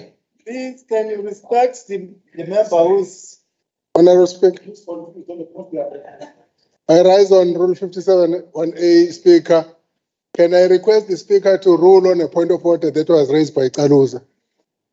Please rule, Speaker. Was it a point of order?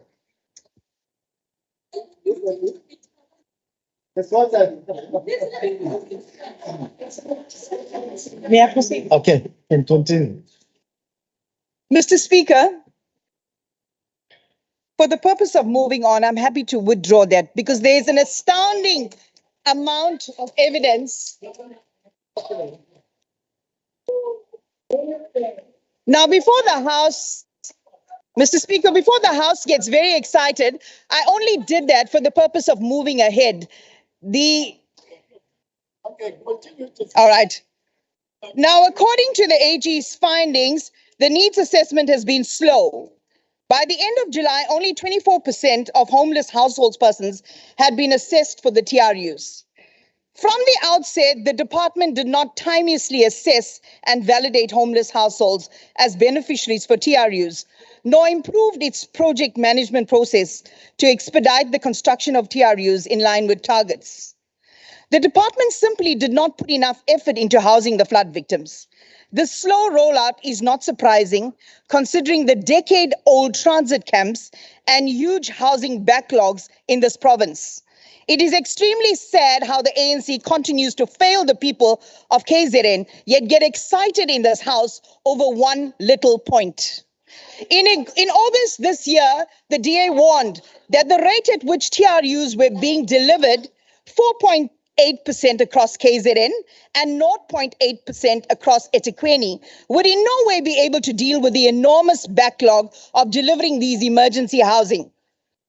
Now, in my opinion, if there's anybody that should be commended for leading the fight on behalf of the flood victims, it should be none other than the leader of the DA, the Honorable Francois Rogers, who tirelessly led a delegation from hall to hall to see and hear firsthand the plight of the flood victims. Now, I think that the MEC's idea for the portfolio committee to conduct oversight of the progress of resettlement is good, but an even better idea would have been for the committee to have personally visited the flood victims in their darkest hour, when absolutely no information was forthcoming from anyone, officials and politicians. The department you wish to commend was missing in action. In Kwadebeka and Chelemnyama, flood victims were left in halls for weeks without any water. In both areas, it was DA councillors that had to step in and arrange for food and water.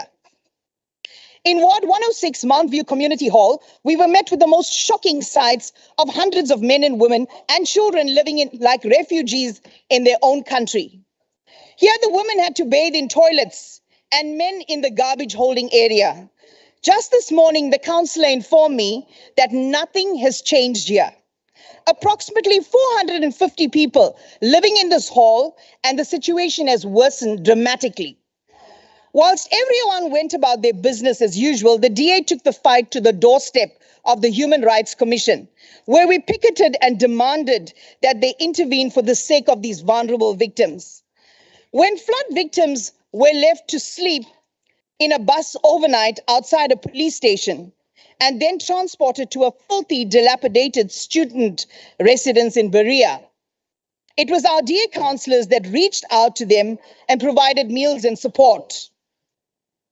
And what about the eviction of desperate flood victims who invaded the government-owned Montclair Lodge and were later informed it would be leased to them?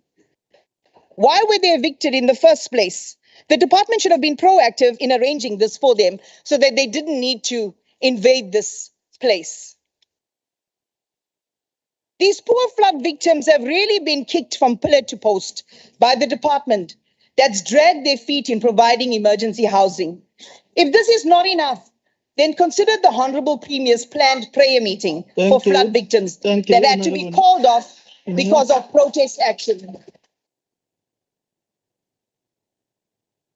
We're supposed to have a speaker from the EFF. Unfortunately, they are all not here.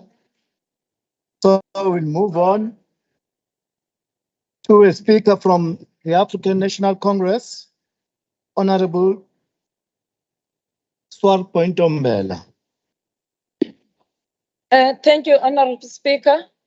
Honorable Speaker, let me kick off and start by quoting Comrade Krizani when he said, if you want peace, then you must struggle for social justice.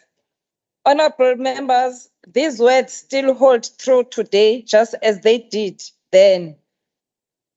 I've got a question, Honorable Speaker. You see, Honorable Speaker, I don't understand Honorable Dibur for him to come here and say Happy Black Friday.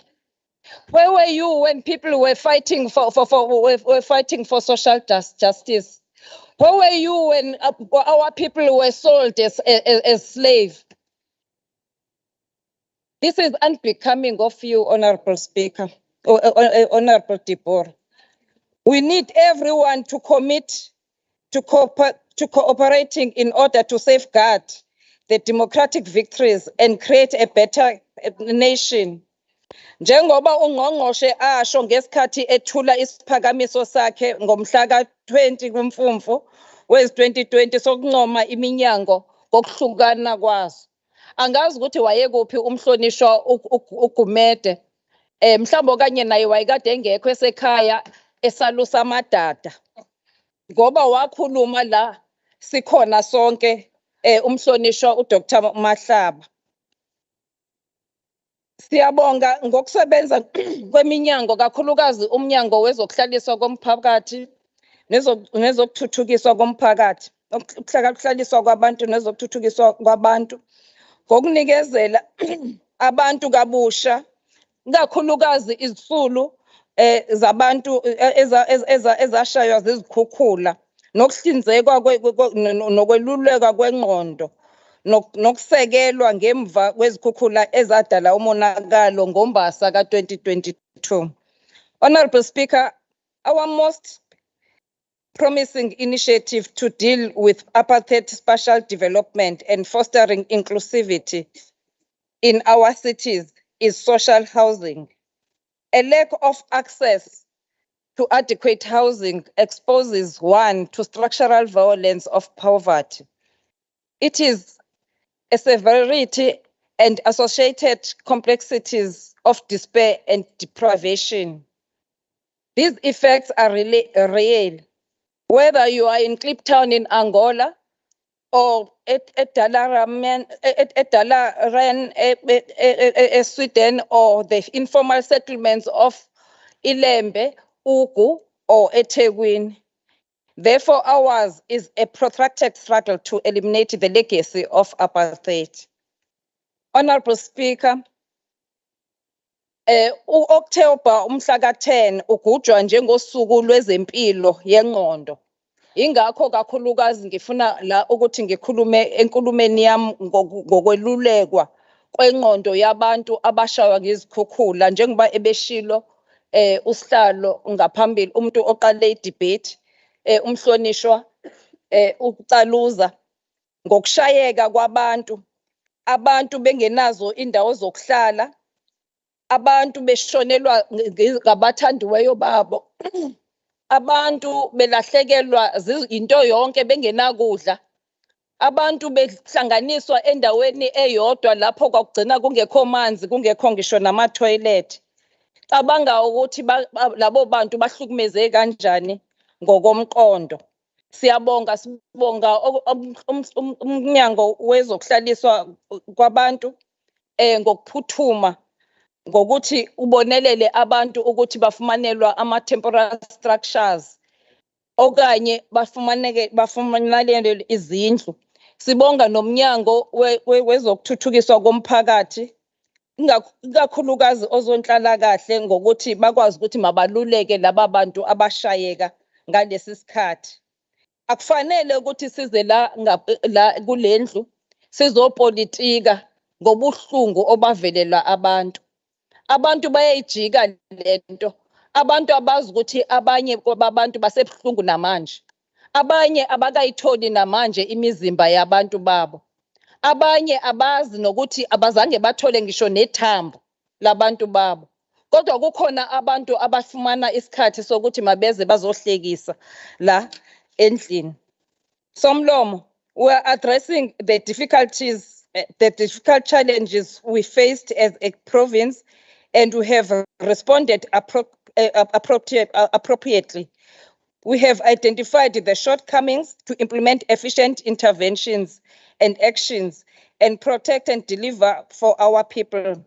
As a result, relief interventions were provided and are still ongoing to ensure that all community halls, churches, and schools with displaced people are receiving adequate relief assistance, as well as social assistance to provide counseling and support for our people. Equally, our government is working identifying suitable land to house new settlements for the displaced. This has assisted our people with the proper mental functioning that results in being productive, healthy, and fulfilling relationships with others and having the ability to cope and adapt to adversity. Honorable Speaker, umsebenzi wethu is a demonstration that we are a government at work. and our programs is on track to uplift our people. Again, it is a strong indication that we are a caring government that listens when our people cried for help. Ngoba uhulumeni wethu uzoqinisekisa ukuthi abantu bakithi bazobe benazo izindawo zokuhlala. Ngaphambi kwamhla ka-15 kuDisemba ngokusho kukaNgqongqoshe uDr Mahlaba, abantu bazobe sebesusiwe kuma-mass care centers. Njengoba ama-mass care centers ezovalwa njalo ngeviki. Ngokusebenzisana ke kusebenzisana amakhansela neminyango ngokuhlangana. Uthulile futhi usungqongqoshe ukuthi sebekwazile ukuthi mabasize imindeni engange 206 kusukela kule nyanga esiphuma kuyo. It is a clear commitment by the African National Congress to ensure that the democratic dividend of improving everyone's quality of life is realized. Again, we have resolved that one mass care center will be targeted for closure each week, and this will be made possible by meetings with affected councillors, National Department of Human Settlements, Department of Human Settlements in the province, and Social Development, as well as eThekwini Metro. Somlomo. As I conclude, Somlomo, I want to say. Thank you, Honorable. Umhlaba wonke ezandleni zabantu. I thank you. We have received apologies from the NFP, from the Minority Front, ATM and ACDP. So we are going to go straight to a speaker from the IFP, Honorable TJ Gumede, for 4 minutes.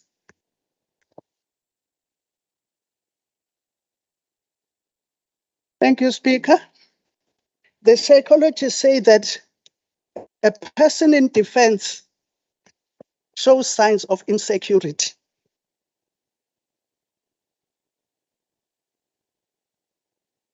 You cannot, I still reiterate what I said. I've never seen the Honorable MEC in any of our portfolio committees. Anginamadada ekhaya, ngineyigubhu zokugida kuphela. So,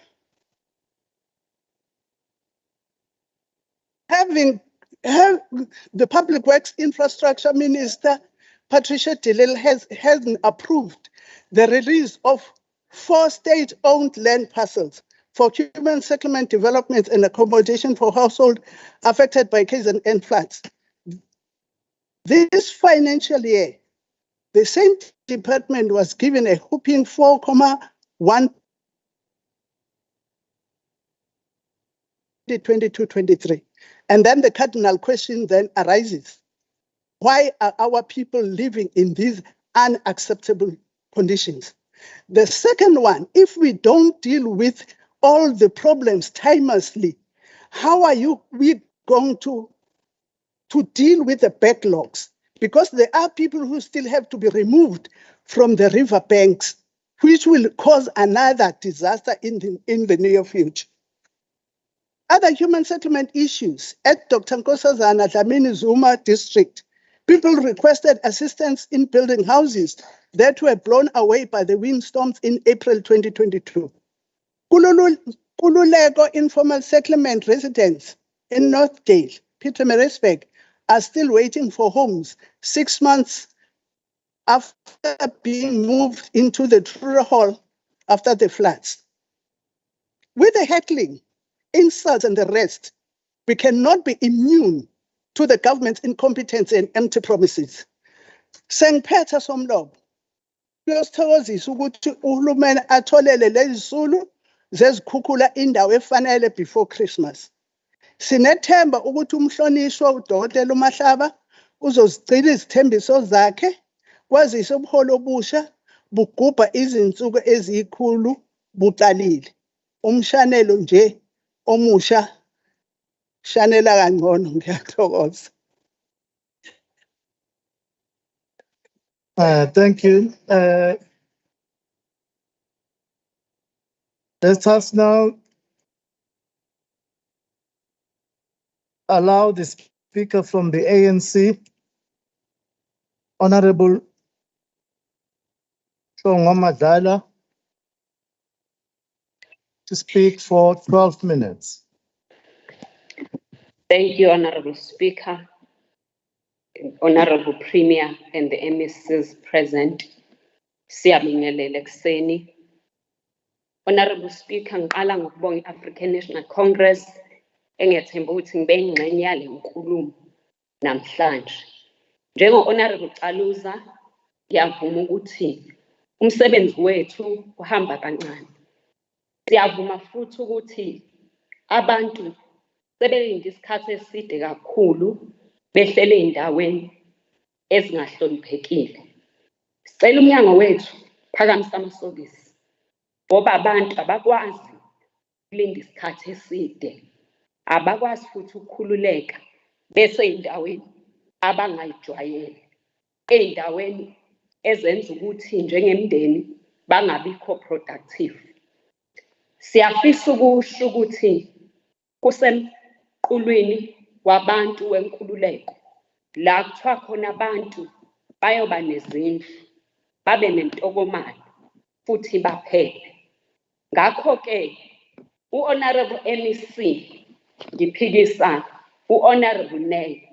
Honorable MEC uma esho le motion, he was understanding what is contained in the Freedom Charter, that there shall be houses, security, and comfort. So for Honorable Naya to come this morning and say that the MEC is not doing well, I don't think it is true. The MEC has tried everything within his reach to do what is best for our flood victims. I fully agree that there is a budget allocated for phases 1, 2, and 3 for TRUs, which is slow to be used. But this is not the duty of the MEC alone. It is also the duty of the Portfolio Committee to ask questions during the Portfolio Committee meetings. Another thing that I want to bring as a response to what Honorable Naya has said about the 34 million that has been used so far from the 560 is the problem with the municipalities. It is not only the problem of human settlements. So before you build, there's a lot of work that goes in there, but infrastructure and land issues are fundamental in building. And also the issues that he said, the AG said the department is not putting enough effort on dealing with flood victims. There is a bit of truth in that, but we all know that, as I've said, before you build, you need to do a lot of research. Geotechnological work needs to be done even before you settle people. I want to ask the IFP, the DA, ACDP, MF, and all other smaller parties to support the ANC's call and the bid for land expropriation without compensation. Because if we do not deal with that, we are not going to justly deal with the matter of human settlements. The Department of Human Settlements, through the MEC, has presented the rental assistance scheme as a tool to assist the flood victims. The ANC views this as a good indicator that commits our government to the delivery of better life for all. The positive aspect of RAS is that RAS and transitional emergency accommodation are informed by the view that households are able to help themselves to find accommodation if they support from the government. And also the agent need to move families out of shelters as the extended stay in mass care centers violates human rights. And the agent need also to have halls and churches be restored to their original purpose and use, just to mention a few. Honorable Speaker, having said what I'm saying, the ANC believes that the holistic social transformation of our people is dependent on land question where compatriots can build comfortable houses for themselves, whereas Ras is a good proponent of the aspirations of the Freedom Charter, but it will remain challenged if not financially resourced. We know that we are facing global warming, which exacerbated climate change and climate variability. Treasury needs to support this scheme so that it is sustainable. The progress so far is contained in the MEC's speech today, read by the MEC Sithole Mloyi. That at the beginning of this week, mass care centers that have been reduced from the number 135 are now standing at 74. 50% of the MCCs have been closed down since the April floods this year. The remaining 47 shelters are in eThekwini, and the strategy to eradicate these MCCs include, amongst the others, material supply, where families are encouraged to take building material and go back to erect their residentials. But we want to suggest from the side of the ANC that to make this sustainable, we must train the families so that they are able to gain skills while dealing with the disaster that occurred. Okunye okubalulekile futhi ukuba siqinise ama-social facilitations njengoba siza ukuthi kwezinye indawo abantu bebenqaba ukuthi kwakhelwe abantu bakithi abangathathi indawo zokuhlala njengale ndawo yaseTruro nakhona abantu babezokwakhela, but there are people who are counter-revolutionaries who said no in our backyards.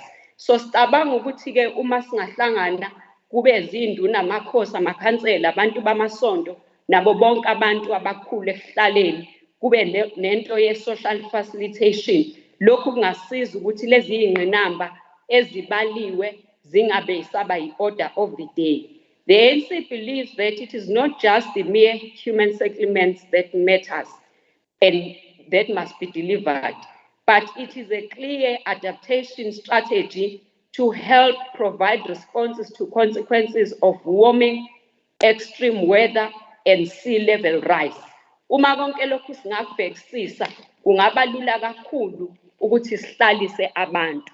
Somlomo, ngifisa ukuthi sibonge i-Department of National Human Settlements for injecting more than 300 million to the Provincial Emergency Housing Grant to deal with emergency housing. The amount has been used to procure TRUs, urban sites, and to implement RAS. We have done very well in this regard, notwithstanding the fact that the speed is slow. Kodwa umsebenzi uyaqhubeka. U-Honorable Gumede njengomunye umuntu ohlala ekomitini lethu uyazi ukuthi u-MEC uma engekho usuke exolisile, hayi ukuthi usuke engekho nje ngoba elovile. So-ke ngiyafisa ukuthi sengiphethe ukuthi kuyi-priority kahulumeni we-ANC ukuthi sithi solve the debacle of land, and it cannot be done without the assistance of the civics.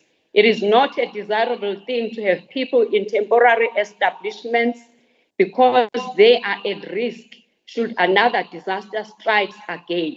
So siyafisa ukuthi sonke sindawonye siqhubekezele phambili umbono we-ANC we-social transformation, especially walabo bantu ababencishwa amathuba ngoba bebizwa ngabantu bengabaliwe njengama-beneficiaries of the previous state, which is the apartheid government. Somlomo siyazimisela ke njengekomiti njalo ku MEC wethu eshilo ukuthi before Christmas they would have met the deadline of ensuring that all the people resident in the temporary in the MCCs are out. We shall hold the MEC accountable to this, and we commit also as the portfolio committee to gain time to visit those people should we be allowed by the Honorable Speaker and the members of the programming committee. Siphetha ngokubonga ke Somlomo bonke abantu who participated in this debate and say ayikho into engenzeke uma simandawonye. The reason we defeated apartheid is that those who were oppressed and disenfranchised decided to stand together. We are still living in that post-colonial state, so it is not like So I'm saying to Honorable Nel, Honorable Gumede, kubalulekile ukuthi kakhulukazi thina esiyinzala abantu sithi noma sikhuluma la, and we must remain truthful to the fact that ours is to remove the obstacles for ourselves and also for the generations that come behind us. Ngiyabonga kakhulu Somlomo, i-ANC iyabonga kakhulu ku-MEC uMahlaba. We shall hold him accountable to the motion that he rendered this morning. Thank you, Honorable Chair. Thank you, Honorable Madala. Now let's get a response for 5 minutes from Honorable Sithole Mloyi.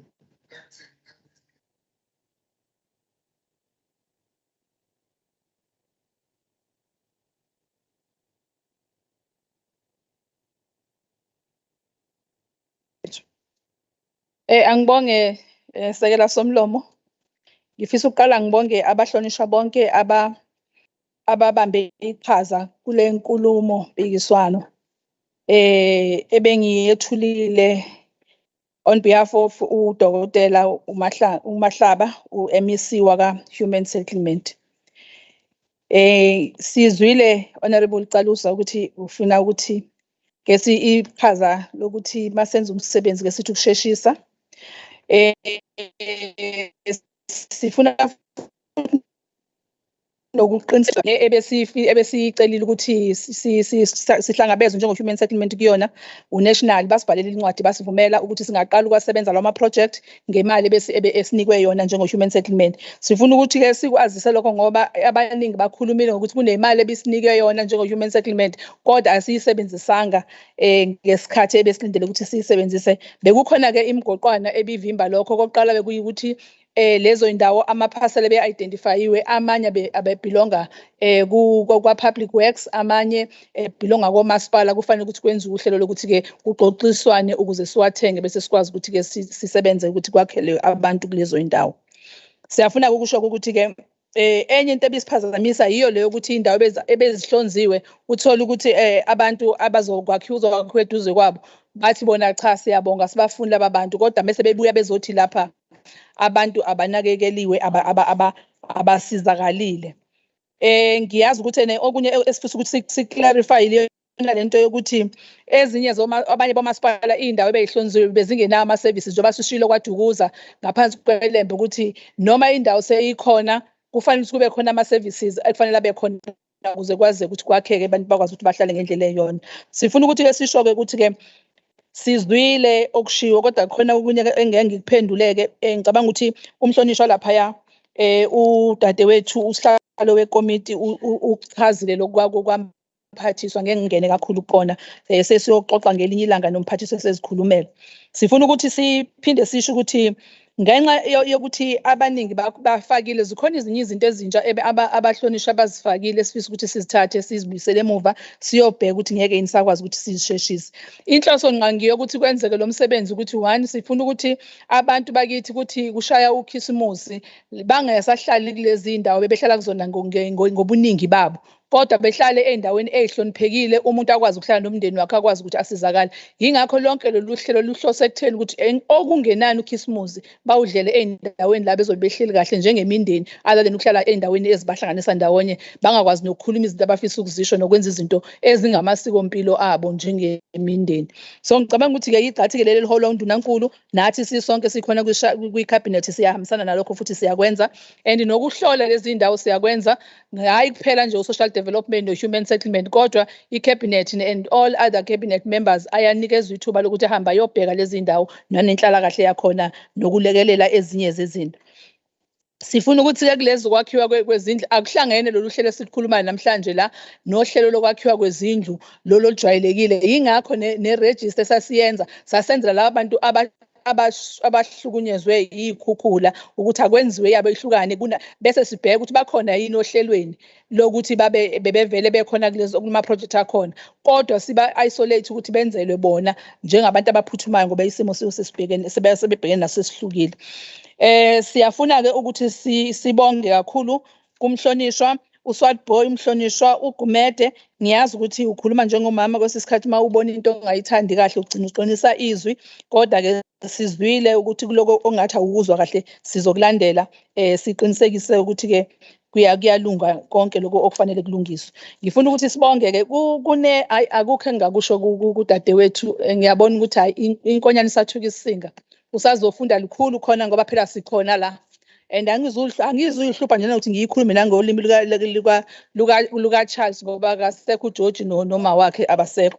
Sifisa ukuthi sibazise ukuthi njengoba oza kwabo nalabo abantu ababathanda kakhulu bengafuni ukuthi kwakhiwe eduzane kwalapho abahambe bayobacela ukuthi ukuze ugovernment akwazi ukudeliver abavume ukuthi lezi indawo ezihlonziwe eziseduze kwemizi yabo akwakhela abantu bakithi. Angifuni ke ukukhuluma ngoDeburi ngoba hayi cha bandla ngiyamsola ukuthi usaphila kwelakhizwe sisazombuyisa ke aphile nathi la ngoba we can't be sitting here sithola abantu abasakhuluma ama statement a racist ngalolu hlobo. Ngicabanga ukuthi ke kubahlobo bonke kubahlonishwa bonke siyabonga ukuba nibambe iqhaza kule debate. Siyakhola futhi ukuthi le debate ayizuphela manje sizoqhubeka ngokubambisana ukuze siyibone impumelelo yabantu bakithi babuyele emakhaya lapho behlala khona. Siyabonga.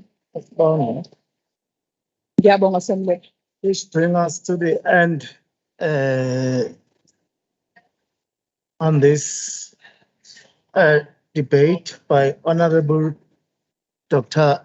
Mahlaba. We are now going to move. We are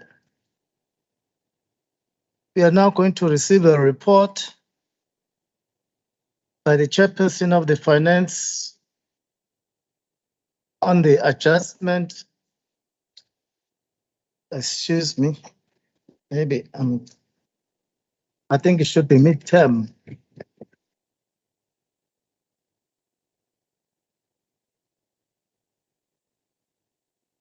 Yeah, the report by the chairperson of the Finance on the midterm budget performance reviews for 20 minutes. Thank you very much, Honorable Speaker. On the introduction on this report of the Finance Portfolio Committee, we are indicating that on the 24th of November 2022, our committee received a comprehensive briefing from the Provincial Treasury on the report that we are tabling.